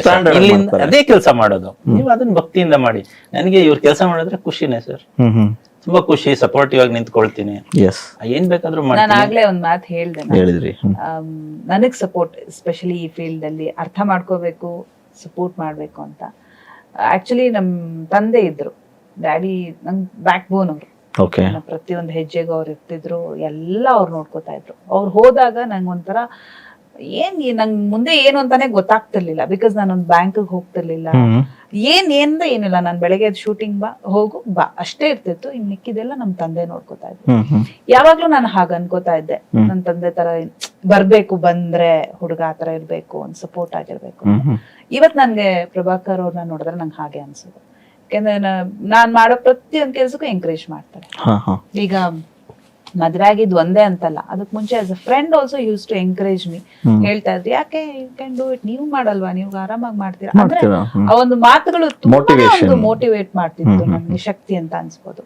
ಈಗ್ಲೂ ಅಷ್ಟೇನೆ, ಈಗ್ಲೂ ನಾನು ಎಲ್ಲೋ ಹೋಗ್ಬೇಕ್ರಿ, ಅದ್ ಮಾಡ್ಬೇಕು, ಅದೆಲ್ಲ ತಲೆ ಕೆಡ್ಸ್ಕೊಡ, ಇದೆಲ್ಲ ಬಿಟ್ಬಿಡು, ಅದು ನಿಂಗೆ ಇಂಪಾರ್ಟೆಂಟ್, ನಿಂಗೆ ಇಷ್ಟ ತಾನೆ ಹೋಗ್ ಅಂದ್ರೆ ಅಷ್ಟೇ ಎಂಕರೇಜ್ ಮಾಡ್ತಾರೆ ಈಗ್ಲೂ ಕೂಡ. ಸೊ ಸಮ್ವೇರ್ ಐ ಫೀಲ್ ನನ್ ತಂದೆ ಒಂದು ಪ್ಲೇಸ್ ನ ಎಲ್ಲೋ ತುಂಬ್ತಿದ್ದಾರೆ, ಬಂದಿದ್ದಾರೆ, ನನಗೆ ಒಂದು ಸಪೋರ್ಟ್ ಆಗಿ ಮತ್ತೆ ಬಂದಿದ್ದಾರೆ ಅಂತ ನನಗೆ ನಿಜವಾಗ್ಲೂ ಈಗ ಅನ್ನಿಸ್ತಾ ಇದೆ. ಒಂದು ಮಾತಿದೆ, ಪ್ರತಿ ಪುರುಷ ಸಾಧಕನಿಂದ ಒಂದು ಹೆಣ್ಣಿರುತ್ತೆ ಅಂತ. ಸಾಧಕಿ ಮೇಡಮ್ ನಾನು ಈ ಪ್ರಭಾಕರ್ ಇರ್ತಾರೆ. ಮಾತನ್ನ ಬಿಗ್ ಬಾಸ್ ಮನೆಯಲ್ಲೇ ಹೇಳಿದೆ. ಓಕೆ. ಯಾಕೆಂದ್ರೆ ಒಬ್ಬ ಸಕ್ಸಸ್ಫುಲ್ ಮ್ಯಾನ್ ಹಿಂದೆ ಒಂದು ಹೆಣ್ಣಿರ್ತಾಳೆ ಅಂತ ಹೇಳ್ತಾರೆ, ಬಟ್ ಒಬ್ಬ ಸಕ್ಸಸ್ಫುಲ್ ಮಹಿಳೆ ಹಿಂದೆ ಕೂಡ ಒಬ್ಬ ಪುರುಷ ಒಬ್ಬ ಇರ್ತಾನೆ. ಪುರುಷ ಅದ್ ಯಾರಾದ್ರೂ ಆಗಿರ್ಬಹುದು, ಅಪ್ಪ ಆಗಿರ್ಬೋದು, ಗಂಡ ಆಗಿರ್ಬೋದು, ಆಗಿರ್ಬೋದು, ಫ್ರೆಂಡ್ ಆಗಿರ್ಬೋದು, ಅಣ್ಣ ಆಗಿರ್ಬೋದು, ಯಾರೇ ಆಗಿರ್ಬಹುದು, ಕರೆಕ್ಟ್. ಇದ್ದೇ ಇರ್ತಾರೆ ಅಂತ. ಸೊ ಈಗ ನನ್ಗೆ ಇವ್ರು ನನ್ ಹಿಂದೆ ಬಂದು ಸಪೋರ್ಟ್ ಆಗಿ ನಿಂತಿದ್ದಾರೆ. ಮಾಡು, ಈಗ ನಾನು ವರ್ಕೌಟ್ ಮಾಡ್ಬೇಕು ಅಂದ್ರೂ ಅಷ್ಟೇನೆ, ಮಾಡ್ಕೋ, ಟೈಮ್ ಮಾಡ್ಕೋ, ನಿನ್ಗೆ ಇಂಪಾರ್ಟೆಂಟ್, ಹೋಗು ಮಾಡು. ಯಾವ್ದಕ್ಕೂ ನನಗೆ ಇಲ್ಲ ಅಂತ ಹೇಳಿಲ್ಲ. ಒಂದ್ ಕಾಸ್ಟ್ಯೂಮ್ ಹಾಕೋದ್ರಿಂದ ಇಡ್ಬೋದು, ಅಥವಾ ಬೇರೆ ಎಲ್ಲೋ ಹೋಗೋದಿರ್ಬಹುದು, ಅಥವಾ ಫ್ರೆಂಡ್ ನ ಮೀಟ್ ಮಾಡೋದಿರ್ಬಹುದು, ಯಾವ್ದಕ್ಕೂ ನನಗೆ ಒಂದು ಬೌಂಡ್ರಿ ಅಂತ ಇಲ್ಲ. ಅದು ನನ್ ಮನೆಯಲ್ಲೂ ಇರ್ಲಿಲ್ಲ, ನಾನೇ ಹಾಕೋತಾ ಇದ್ದೆ ಅಷ್ಟೇನೆ.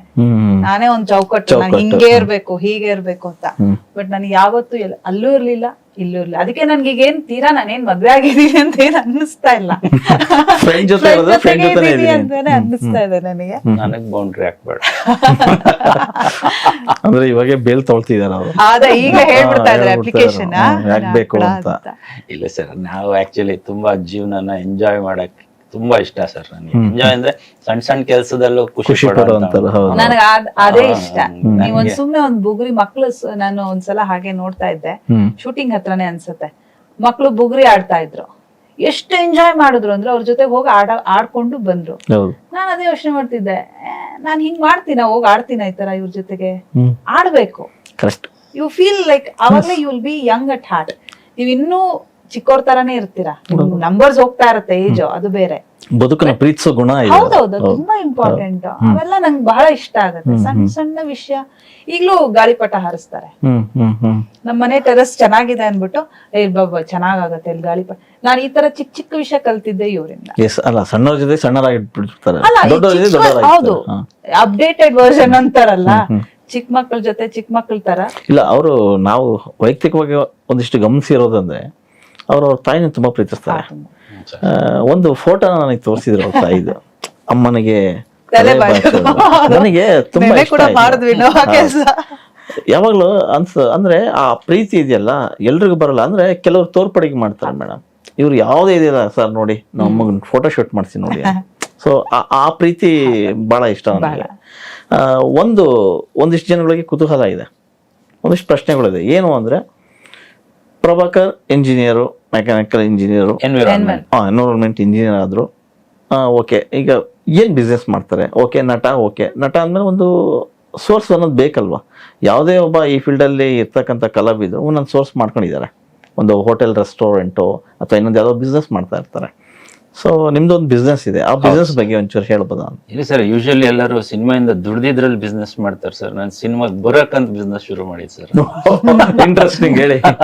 ಏನಂದ್ರೆ, ನಾನು ಅಭಿನಯ ತರಂಗ ಇಂಜಿನಿಯರಿಂಗ್ ಮುಗಿದಾಗ ಅಭಿನಯ ತರಂಗಗೆ ಸೇರ್ಕೊಂಡೆ. ಅದು ತುಂಬಾ ಇಂಟ್ರೆಸ್ಟ್, ರಂಗಭೂಮಿ ಎಲ್ಲ, ಅಲ್ಲಿ ನಾಟಕ ಎಲ್ಲ ಕಲಿಸ್ತಾ ಇದ್ರಲ್ಲ ಸರ್. ಆ ಟೈಮಲ್ಲಿ ನನಗೆ ಕೆಲಸ ಸಿಕ್ತು ಸರ್, ಒಂದು ಡಿಸೈನ್ ಇಂಜಿನಿಯರ್ ಆಗಿ. ಅಲ್ಲಿ ಹೋಗ್ತಾ ಇದ್ದೆ, ಹೋದ್ರೇನು ಇದೇ ಗುಂಗ್ ಇರ್ತಾ ಇತ್ತು, ನಾಟಕ ಡೈಲಾಗ್ ಹೇಳ್ಕೊಂಡ್ ಮನ್ಸಲ್ಲಿ ಆ ತರ ಇದ್ದೆ. ಅದ್ ನನ್ಗೆ ಅನ್ನಿಸ್ತಾ ಇತ್ತು. ಮತ್ತೆ ಅಲ್ಲಿ ನಾನು ಚೆನ್ನಾಗಿ ಆಕ್ಟ್ ಮಾಡ್ತೀನಿ ಅಂತ ನನ್ಗೆ ಅಪ್ರಿಸಿಯೇಷನ್ ಬರ್ತಾ ಇತ್ತು. ನೀವು 1 ವರ್ಷದ ಕೋರ್ಸ್ ಮಾಡ್ಕೊಳ್ಳಿ, ಚೆನ್ನಾಗ್ ಆಗ್ತೀರಾ ಅಂತ ಹೇಳ್ತಿದ್ರ. ಓಕೆ ಅಂತ ಹಂಗೆ ಮಾಡ್ತಾ ಇದ್ದೆ ಸರ್. ಮಾಡ್ಬೇಕಾದ್ರೆ ನಂಗೆ ಆಫರ್ ಬಂತು, ಅದು ಕುಂಕುಮ ಭಾಗ್ಯ ಸೀರಿಯಲ್, ಬಾಲಾಜಿ ಟೆಲಿಫಿಲ್ಮ್ಸ್ ಇಂದ.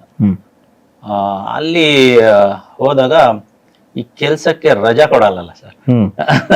ರಜಾ ಕೊಡಲ್ಲ. ನಾನು ಶೂಟಿಂಗ್ ಹೋಗ್ಬೇಕು, ರಜಾ ಕೊಡಿ ಅಂದ್ರೆ ಕೊಡಲ್ಲ. ನಾನು ಬೇರೆ ಅಷ್ಟೊಂದು ದೊಡ್ಡ ಪೋಸ್ಟ್ ಕೊಟ್ಟಿರ್ಲಿಲ್ಲ, ಸ್ಮಾಲ್ ಡಿಸೈನ್ ಇಂಜಿನಿಯರ್ ಅಷ್ಟೇ. ಸೊ ಅಲ್ಲಿ ರಜಾ ಬೇರೆ ಸಿಗ್ತಾ ಇರ್ಲಿಲ್ಲ. ಅವಾಗ ನನ್ಗೆ ಅನ್ನಿಸ್ತಾ ಇತ್ತು, ರಜಾ ಇಲ್ದೇ ಇರೋ ಕೆಲ್ಸಕ್ಕೆ, ಈಸಿಯಾಗಿ ಸಿಗೋ ಕೆಲ್ಸ ಅಂದ್ರೆ ಏನಂತ.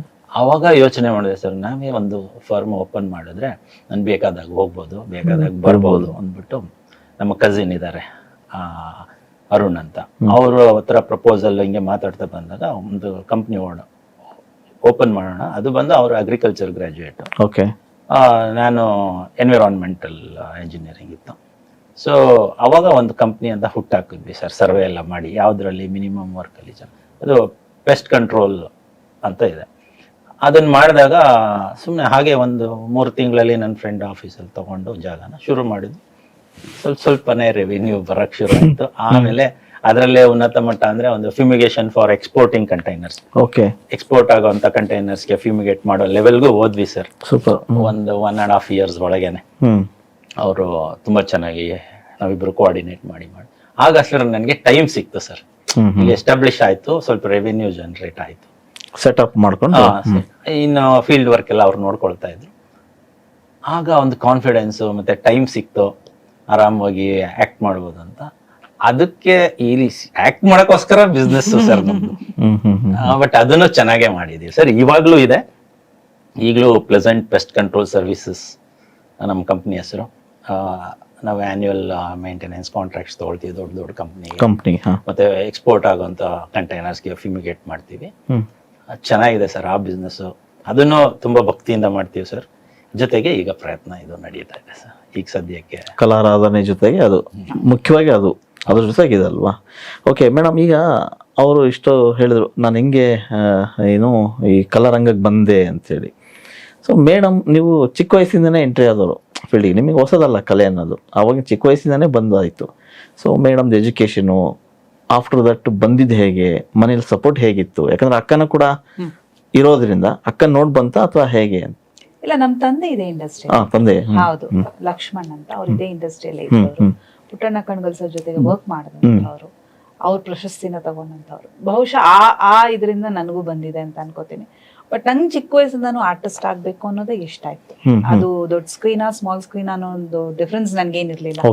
ಕಲಾವಿದ ಆಗ್ಬೇಕು, ಒಳ್ಳೆ ಆರ್ಟಿಸ್ಟ್ ಆಗ್ಬೇಕು ನಾನು ಅಂತ. ಆಸ್ ಚೈಲ್ಡ್ ಆರ್ಟಿಸ್ಟ್ ಒಂದ್ 2-3 ಸಿನಿಮಾ ಮಾಡಿದೆ ನಾನು. ಆಮೇಲೆ ಎಜುಕೇಶನ್ ಮುಗಿಸಿ ಆಮೇಲೆ ಬಾ ಅಂತ. ಮನೇಲಿ ಯಾವ್ದಕ್ಕೂ ಯಾವತ್ತೂ ನಮ್ ತಂದೆ ತಾಯಿ ಬೇಡ ಅಂತ ಹೇಳ್ತಾನೆ ಇರ್ಲಿಲ್ಲ.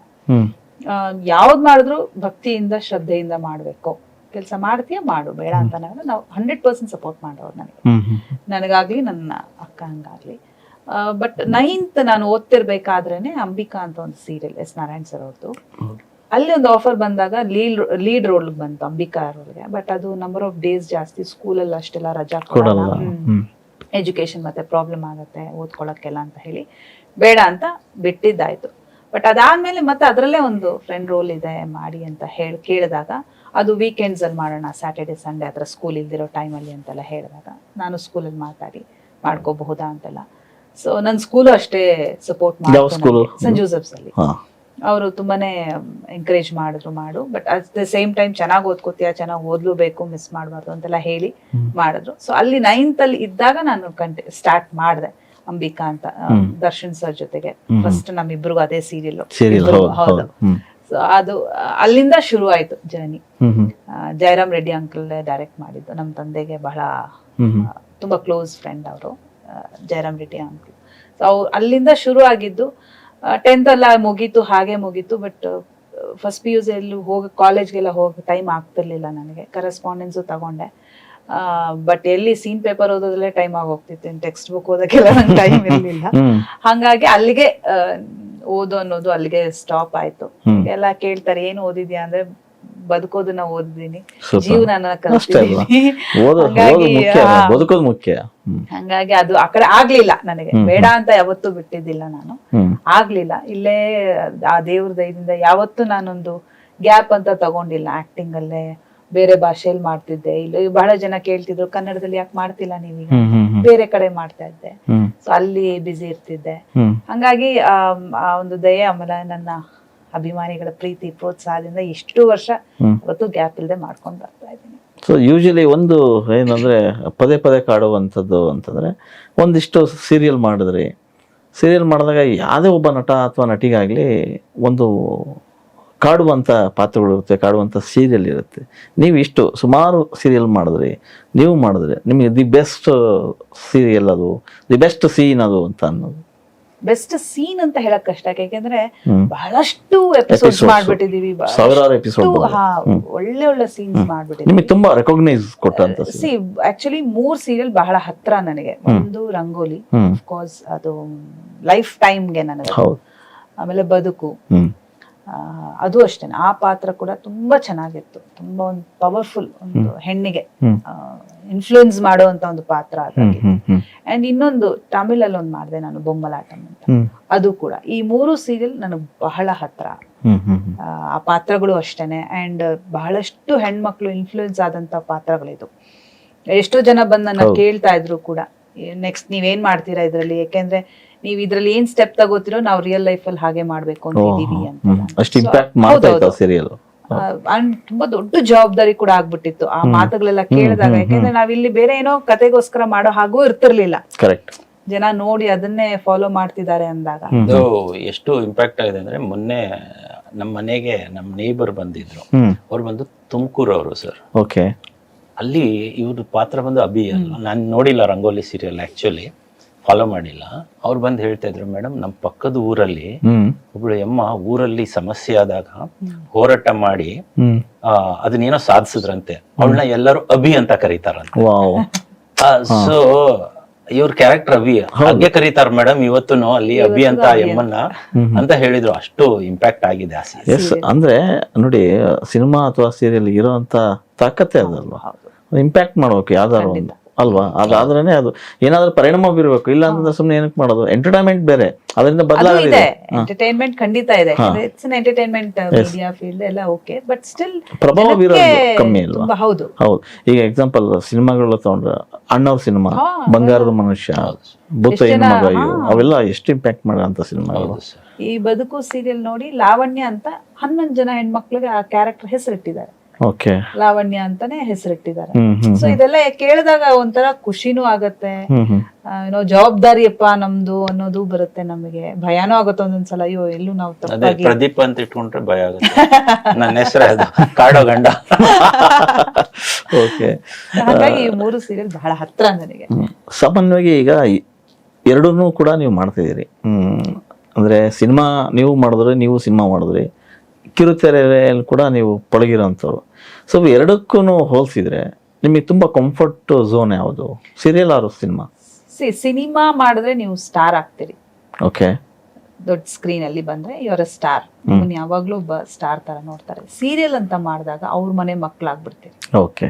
ಇಷ್ಟೇ ವ್ಯತ್ಯಾಸ ನನಗೆ. ಈಗ ದೊಡ್ಡ ಸ್ಕ್ರೀನ್ ಅಂದ ತಕ್ಷಣ ಏನೋ ಜಾಸ್ತಿ ಆಕ್ಟ್ ಮಾಡಲ್ಲ, ಸ್ಮಾಲ್ ಸ್ಕ್ರೀನ್ ಅಂದ ತಕ್ಷಣ ಕಡಿಮೆ ಆಕ್ಟ್ ಮಾಡಲ್ಲ. ನನ್ನ ಕೆಲಸ ಕಲಾವಿದೆಯಾಗಿ ದೊಡ್ಡ ಸ್ಕ್ರೀನ್ ಆದ್ರೂ ಆ ಪಾತ್ರಕ್ಕೆ ಏನ್ ಬೇಕೋ ನಾನು ಅದನ್ನೇ ಮಾಡ್ತೀನಿ, ಕಿರುತೆರೆಯಲ್ಲಾದ್ರೂ ನಾನು ಅದನ್ನೇ ಮಾಡ್ತೀನಿ. ವ್ಯತ್ಯಾಸ ಏನಂದ್ರೆ ದುಡ್ಡು ವ್ಯತ್ಯಾಸ ಆಗಬಹುದು, ಮೇ ಬಿ ಸ್ಟಾರ್ಡಮ್ ಬೇರೆ ತರ ಆಗಬಹುದು. ಅಪಾರ್ಟ್ ಫ್ರಮ್ ದಟ್ ಅದನ್ನ ಬಿಟ್ಟು ಇಲ್ಲಿ ಏನಾಗ್ಬಿಡ್ತೀವಿ, ಅವ್ರ ಮನೆ ಮಕ್ಳಾಗ್ಬಿಡ್ತೀವಿ ನಾವು. ನಮ್ ಕಷ್ಟ ಅಂದ ತಕ್ಷಣ ಅವ್ರ ಕಣ್ಣಲ್ಲಿ ನೀರ್ ಹಾಕ್ತಾರೆ, ನಮ್ಮನ್ನ ನೋಡ್ತಾ ನೋಡ್ತಾ ಕಣ್ಣಲ್ಲಿ ನೀರ್ ಹಾಕ್ತಾರೆ. ನಾವ್ ಅಳ್ತಿದೀವಿ ಅಂದ್ರೆ ಅವ್ರ ಮನೆ ಮಕ್ಳ ತರ ಫೀಲ್ ಮಾಡ್ತಾರೆ. ಸಿನಿಮಾ ಇಸ್ ಅ ಸ್ಟಾರ್ ಅಷ್ಟೇನೆ. ಸೀರಿಯಲ್ ಜಾಸ್ತಿ ಅಳಿಸ್ತಾರೆ ಅಂತ ಮಾತಿದೆ. ಅದು ಒಂದು ಟೈಮಲ್ಲಿ ಅದು ಹೌದು. ಈಗ ನೀವು ಅದನ್ನ ನಿಜ ಜೀವನದಲ್ಲಿ ನೋಡಿ, ನೀವು ಅದು ಸ್ವಲ್ಪ ಬಹಳಷ್ಟು ಹತ್ರವಾಗೇ ಇರುತ್ತೆ, ಬಹಳ ಬಹಳ ಹತ್ರವಾಗೇ ಇರುತ್ತೆ. ನೀವು ಸೀರಿಯಲ್ ಅಲ್ಲಿ ಏನ್ ಸೀನ್ಸ್ ಅದೇನೆ ನಮ್ಮ ಮನೇಲಿ ನಡೆಯುವಂತ ಒಂದು ಕಥೆನೆ ಅಲ್ಲಿ ಬರ್ತಾ ಇರುತ್ತೆ. ಹಂಗಾಗಿ ಬಹಳ ಅಳಿಸ್ತಾರೆ. ಯಾಕೆ ಅಂದ್ರೆ ಇಟ್ಸ್ ವಿಮೆನ್ ಓರಿಯೆಂಟೆಡ್ ಇರುತ್ತೆ, ಬಹಳಷ್ಟು ಫ್ಯಾಮಿಲೀಸ್ ಕೂತ್ಕೊಂಡು ನೋಡ್ತಿರ್ತಾರೆ, ಆ ಸೆಂಟಿಮೆಂಟ್ ಇರುತ್ತೆ, ಕತೆಗೋಸ್ಕರ ಮಾಡುವಂತದ್ದು. ಈಗೆಲ್ಲ ಎಲ್ಲ ಇದೀವಿ. ಈಗ ನಾನೇ ತಗೊಂಡ್ರೆ ಅದ್ರಲ್ಲಿ ನಾನು ಫೈಟ್ ಮಾಡಿದೀನಿ, ಅದ್ರಲ್ಲಿ ಹೋರಾಟ ಮಾಡಿದೀನಿ, ಕಾಮಿಡಿ ಮಾಡಿದೀನಿ, ಡಾನ್ಸ್ ಮಾಡಿದೀನಿ, ಎಲ್ಲಾ ತರದ್ದು ಇರುತ್ತೆ. ಬಟ್ ಸ್ವಲ್ಪ ಜಾಸ್ತಿ ಸೆಂಟಿಮೆಂಟ್ ಇರುತ್ತೆ. ಸಿನಿಮಾ ತುಂಬಾ ನಿಮಗೆ ಹೆಸರು ತಂದು ಕೊಟ್ಟಿದ್ದೆ ಮೇಡಮ್? ಚಂದು, ಸಿಂಹಾದ್ರಿಯ ಸಿಂಹ, ವಿಷ್ಣು ಸರ್ ಜೊತೆಗೆ, ಸುದೀಪ್ ಸರ್ ಜೊತೆಗೆ, ಅಂಡ್ ಬಹಳಷ್ಟು ಒಂದು ಒಳ್ಳೆ ಕಲಾವಿದರ ಜೊತೆಗೆ ನಾನು ಸ್ಕ್ರೀನ್ ಶೇರ್ ಮಾಡ್ಕೊಂಡಿದ್ದೀನಿ ಆ ಸಿನಿಮಾಗಳಲ್ಲಿ. ಸೊ ಬಹಳಷ್ಟು ರೆಕಗ್ನೈಸ್ ಈಗ್ಲೂ ಮಾತಾಡ್ತಾರೆ. ಮೊನ್ನೆ ನಾನು ಅಪರ್ಣಾ ಅಕ್ಕ ಅವ್ರ ಇದಕ್ಕೆ ಹೋದಾಗ ಅಲ್ಲೂ ಅದನ್ನ ಹೇಳ್ತಾ ಇದ್ರು. ಎಸ್ ನಾರಾಯಣ್ ಸರ್ ಬಂದಿದ್ರು. ಸೊ ಅಲ್ಲಿ ಸಿಂಹಾದ್ರಿಯ ಸಿಂಹ ಬಗ್ಗೆ ಮಾತಾಡ್ತಾ ಇದ್ರು. ಸೊ ಹಾಗಾಗಿ ಅದ್ರ ಬಗ್ಗೆ ಬಹಳಷ್ಟು ಮಾತಾಡ್ತಾರೆ ಇನ್ನು ಈಗ್ಲೂ ಕೂಡ ಸಿನಿಮಾಗಳ ಬಗ್ಗೆ. ಸರ್, ಈಗ ನೀವು ಬಿಸ್ನೆಸ್ ಜಾಸ್ತಿ, ಈಗ ಸಿನಿಮಾ ಈ ಕಡೆ ಕಿರುತೆರೆ ಕಂಪ್ಲೀಟ್ ಆಗಿ ಏನೋ ಬಿಟ್ರ ಅಥವಾ ಹೇಗೆ? ಮ್ಯಾನೇಜ್ ಮಾಡ್ತಾ ಇದೀರಿ. ಸೊ ನಿಮಗೆ ಆಕ್ಟಿಂಗ್ ಬಹಳ ಹುಚ್ಚ ಅಂತ ಗೊತ್ತು ನಮಗೆ. ನೀವು ಹುಡ್ಕೊಂಡು ಏನೋ ಚೆನ್ನೈಲಿ ಹೋಗಿ ಬಂದ್ರಿ. ಸೊ ಆ ಸಿನಿಮಾಗಳು ಎಲ್ಲಿಗೆ ಬಂತು, ಏನೋ ಈ ಯಾವ್ಯಾವ ಸಿನಿಮಾಗಳಿದೆ ನಿಮ್ಗೆ ಅಲ್ಲಿ? ಆಕ್ಚುಲಿ ಸರ್ ಇವಾಗ ನಂದು 4 ಫಿಲ್ಮ್ ಮುಗ್ದಿದೆ ಸರ್. ಓಕೆ. ಒಂದು ಕನ್ನಡದಲ್ಲಿ 2 ಅಲ್ಲ, ಒಂದು ಗೌಸ್ ಪೀರ್ ಸರ್ ಡೈರೆಕ್ಷನ್, ಅದ್ರಲ್ಲಿ ನಾನು ಆಂಟಾಗನಿಸ್ಟ್ ವಿಲನ್ ಓಕೆ. ಆ ಪಾತ್ರ ತುಂಬಾ ಚೆನ್ನಾಗಿದೆ. ಅದು ತುಂಬಾ ಚೆನ್ನಾಗಿದೆ ಸರ್. ಗೆಟಪ್ ಚೆನ್ನಾಗಿದೆ. ಬೇರೆ ತರಾನೇ ಓಕೆ. ಕಾಣುತ್ತೆ. ಹ್ಮ್ ಪರ್ಫಾರ್ಮೆನ್ಸ್ಗೂ ತುಂಬಾ ಅವಕಾಶ ಇರುವಂತದ್ದು ಹ್ಮ್ ಹ್ಮ್ ಅದು ಒಂದಿದೆ ಸರ್. ತಮಿಳಲ್ಲಿ 2 ಸರ್. ಒಂದು ನಮ್ಮ ನಾಗಶೇಖರ್ ಅವರೇ ಡೈರೆಕ್ಟ್ ಮಾಡ್ತಿದ್ದಾರೆ, ನವೆಂಬರ್ ಮಳೆ ಇಲ್ಲ ಅಂತ. ಅದ್ ಮಾಡಿ ಆಯ್ತು ಸರ್. ಆಯ್ತು, ರಿಲೀಸ್ ರೆಡಿ ಆಗ್ತಾ ಇದೆ. ಇನ್ನೂ ಒಂದು ಬಂದು ಸರ್ ಅದೇನೋ ಅಸ್ಥಿರಮ್ಮ ಅಂತ, ಅದು ಮುಗ್ದಿದೆ ಸರ್ ಶೂಟಿಂಗ್. ಇಷ್ಟಿದೆ ಸರ್. ಈಗ ಶೂಟಿಂಗ್ ಮುಗ್ದಿದೆ, ಪೋಸ್ಟ್ ಪ್ರೊಡಕ್ಷನ್ ನಡೀತಾ ಇದೆ ಸರ್. ಇದಾದ್ಮೇಲೆ ಇವಾಗ ಯಾವ್ದು ನೆಕ್ಸ್ಟ್ ಒಂದು ಹೇಳ್ಬೋದಾ? ಗೊತ್ತಿಲ್ಲ, ಇದು ನಡೀತಾ ಇದೆ ಪ್ರಾಜೆಕ್ಟ್. ಇನ್ನೊಂದು ಈಗ ನೆಕ್ಸ್ಟ್ ಮಂತ್ ಇಂದ ಶೂಟಿಂಗ್ ಶುರು ಆಗ್ತಾ ಇದೆ. ವೆರಿ ಗುಡ್, ಒಳ್ಳೆದಾಗ್ಲಿ. ಇವರು ಸಿದ್ದು ಪೂರ್ಣಚಂದ್ರ ಅಂತ ಗೊತ್ತಿರ್ತಾರೆ. ಈ ಎಲ್ಲ ವೈಕುಂಠ ಅದ್ಯಾವ್ದು ಗೊತ್ತು ದಾರಿ ಯಾವುದಯ ವೈಕುಂಠ ತಾರಿಣಿ ಅಂತ ಮಾಡಿದ್ರಲ್ಲ, ಒಂದು ಈ ಪಾದ ಪುಣ್ಯ ಪಾದ ಅಂತ ಬರ್ತಾ ಇದೆ, ಅದರಲ್ಲಿ ಲೀಡ್ ಇದೀನಿ ಸರ್. ಸೂಪರ್. ಇಷ್ಟು ಸದ್ಯಕ್ಕಿದೆ ಸರ್. ಸಿನಿಮಾ ತುಂಬಾ ಕಷ್ಟ ಸರ್. ಯಾಕೆ ಕಷ್ಟ ಅಂತೀರಿ? ಎಲ್ಲರೂ ಕಷ್ಟ ಅಂದ್ರೆ ತುಂಬಾ ಫಸ್ಟ್ ಡಿಮಾಂಡ್ ಮಾಡುತ್ತೆ ಸರ್ ಕೆಲಸಗಳು.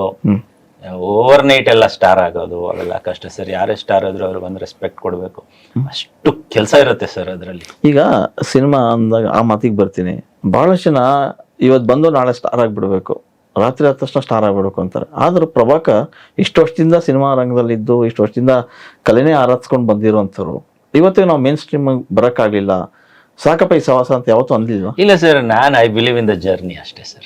ನಂಗೆ ರಿಸಲ್ಟ್ ಅಷ್ಟು ಮ್ಯಾಟರ್ ಆಗಲ್ಲ ಸರ್. ನನಗೆ ಆ ಕೆಲಸ ಇಷ್ಟ, ನಾನು ಮಾಡ್ತೀನಿ. ಜರ್ನಿಯಲ್ಲಿ ಏನ್ ಬರ್ತೋ ಅಲ್ಲ ಅಷ್ಟೇ ಸರ್. ಈಗ ನನಗೆ ಸಪೋಸ್ ನನ್ಗೆ ಯಾರು ಕರ್ಕೊಂಡು ಹೀರೋ ಮಾಡಿದ್ರೆ ನಾನೇನು ಚೇಂಜ್ ಆಗಲ್ಲ ಸರ್. ನನಗೆ ಮತ್ತೆ ಕೆಲಸ ಮಾಡ್ಕೊಂಡು ಹೋಗ್ತಾ ಇರ್ತೀನಿ ಸರ್. ನಮ್ ಕೆಲಸ ನಮ್ಗೆ ಇಷ್ಟ ಅಂತ ಅಷ್ಟೇ ಸರ್. ಅದೇನ್ ರಿಸಲ್ಟ್ ಓರಿಯೆಂಟೆಡ್ ಆಗಿ ನಾನೇನು ಮಾಡಕ್ಕಾಗಲ್ಲ ಸರ್.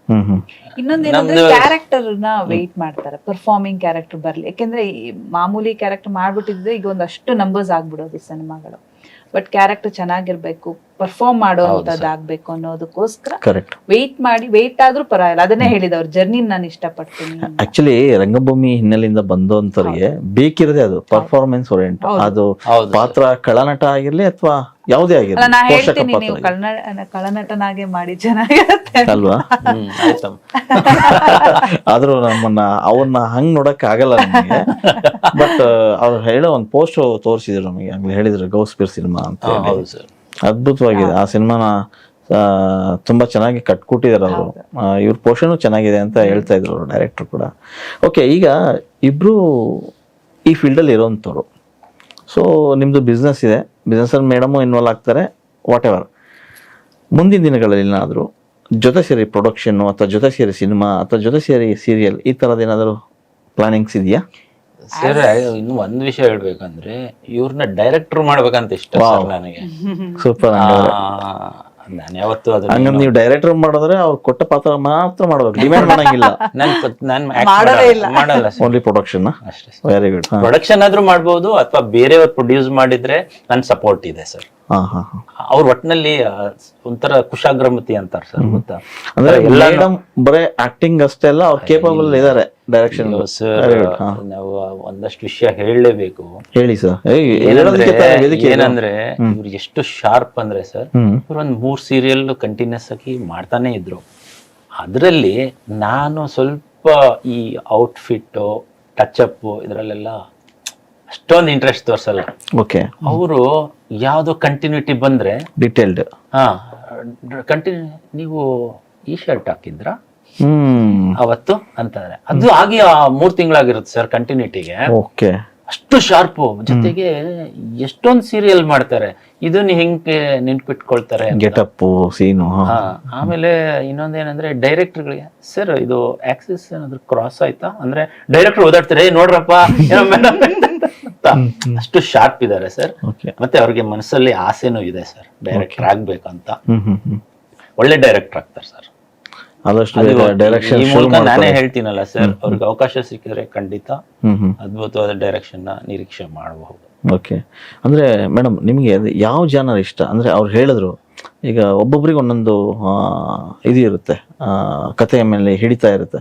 ಒಬ್ಬರಿಗೆ ಏನೋ ಸಸ್ಪೆನ್ಸ್ ಥ್ರಿಲ್ಲರ್ ಇರ್ಬೋದು, ಇನ್ನೊಬ್ರಿಗೆ ಎಮೋಷನಲ್ ಇರ್ಬೋದು, ಇನ್ನೊಬ್ರಿಗೆ ಫ್ಯಾಮಿಲಿ ಡ್ರಾಮಾ, ಲವ್, ಈ ಥರ. ಸೊ ಸಿರಿ ಅವ್ರಿಗೆ ಬಂದರೆ ನನಗೆ ಈ ಜನರ್ ಇಷ್ಟ ಮಾಡ್ಲಿಕ್ಕೆ, ಅಥವಾ ಹಾಟ್ ಬೀಟ್ ಸಿನಿಮಾ? ಸಿನಿಮಾ ಅಂತ ನಾನು ಈಗ ಹೇಳಕ್ಕೆ ಹೋಗಲ್ಲ, ಯಾಕೆಂದ್ರೆ ಸಿನಿಮಾಗೆ ಒಂದು ಡೈರೆಕ್ಷನ್ ಆಗಿರಬಹುದು ಅಥವಾ ಸಿನಿಮಾಗೆ ಹೋಗ್ಬೇಕು ಅಂದ್ರೆ ಇನ್ನೂ ಕಲಿಯೋದು ಬಹಳಷ್ಟಿದೆ. ನಾನು ಓಕೆ ಈಗ ಸೀರಿಯಲ್, ಯಾಕೆಂದ್ರೆ ನಾನು ಇದ್ರಲ್ಲಿ ಪಳಗಿರೋದ್ರಿಂದ ಸ್ವಲ್ಪ ಮಟ್ಟಕ್ಕೆ, ಫುಲ್ ಅಂತಾನು ನಾನು ಹೇಳಲ್ಲ, ಯಾಕೆಂದ್ರೆ ಕಲಿಯೋಕೆ ಕೊನೆ ಅನ್ನೋದೇ ಇಲ್ಲ, ಕಲಿಕೆ ಪ್ರತಿದಿನ ಕಲಿತಾನೆ ಇರ್ತೀವಿ. ಸೀರಿಯಲ್ ಅಲ್ಲಿ ನಂಗೆ ಸ್ವಲ್ಪ ಒಂದು ಗ್ರಿಪ್ ಇರೋದ್ರಿಂದ ನಾನು ಫಸ್ಟ್ ಸೀರಿಯಲ್ ಡೈರೆಕ್ಷನ್ಗೆ ಹೋಗ್ಬೇಕು ಅಂತ ಅನ್ಕೊಂಡಿರೋದು, ಸಿನಿಮಾ ಅಂತ ನಾನು ಯಾವತ್ತೂ ಅನ್ಕೊಂಡಿಲ್ಲ. ಇದು ಮಾಡಿ ಅನುಭವ ತಗೊಂಡು ಆಮೇಲೆ ಅದಕ್ಕೆ ವರ್ಕ್ ಮಾಡ್ಬೇಕು ನಾನು. ಇಲ್ಲಿ ಏನಪ್ಪಾ ಅಂದ್ರೆ, ಇಲ್ಲಿ ನಾನ್ ಮಾಡಿದಂತ ರೋಲ್ಸ್ ಲೈಕ್ ಒಂದು ಹೀರೋಯಿನ್ ಓರಿಯೆಂಟೆಡ್ ಇರಬಹುದು, ಒಂದು ಫ್ಯಾಮಿಲಿ ಓರಿಯೆಂಟೆಡ್ ಸಬ್ಜೆಕ್ಟ್ ತಗೊಂಡು ಆ ಥರದ್ದು ಮಾಡಿ. ನೆಕ್ಸ್ಟ್ ನಂಗೆ ಆಕ್ಷನ್ ತುಂಬಾ ಇಷ್ಟ. ಈಗ ನಾನು ಆಕ್ಚುಲಿ ಒಂದು ಪೊಲೀಸ್ ಆಫೀಸರ್ ಕ್ಯಾರೆಕ್ಟರ್ ಮಾಡ್ಬೇಕು ಅನ್ನೋದು ನನಗೆ ಬಹಳ ವರ್ಷಗಳಿಂದ ಇರುವಂತ ಕನಸು, ನಾನೊಂದು ಪಾತ್ರ ಮಾಡ್ಬೇಕು ಆ ಥರದ್ದು. ಸೊ ಆ ಥರ ಜಾನರ್ ಲೈಕ್ ಆಕ್ಷನ್ ಇರಬಹುದು, ಅದ್ರಲ್ಲಿ ನಡೆಯುವಂತ ಜರ್ನಿ, ಒಂದು ಪೊಲೀಸ್ ಆಫೀಸರ್ ಲೈಫ್ ಹೇಗಿರುತ್ತೆ, ಈ ತರದ್ದು ಸೀರಿಯಲ್ ಸ್ಟಾರ್ಟ್ ಮಾಡಿ ನಾನು ಫಸ್ಟ್ ಆ ಥರ ಡೈರೆಕ್ಷನ್ ಶುರು ಮಾಡಿ ಇಲ್ಲಿ ಒಂದಷ್ಟು ಅನುಭವ ತಗೊಂಡು ಆಮೇಲೆ I'll go for big screen. ನಿಮ್ಮ ನೋಡಿದ ತಕ್ಷಣ ಯಾರು ಕೂಡ ಪೊಲೀಸ್ ಆಫೀಸರ್ ಕೊಟ್ಬಿಡ್ತಾರ, ಬಂದ್ಬಿಡಿ ಫೈಟ್ ಮಾಡಿ ಅನ್ನೋ ಹಂಗಾಗಲ್ವೇ?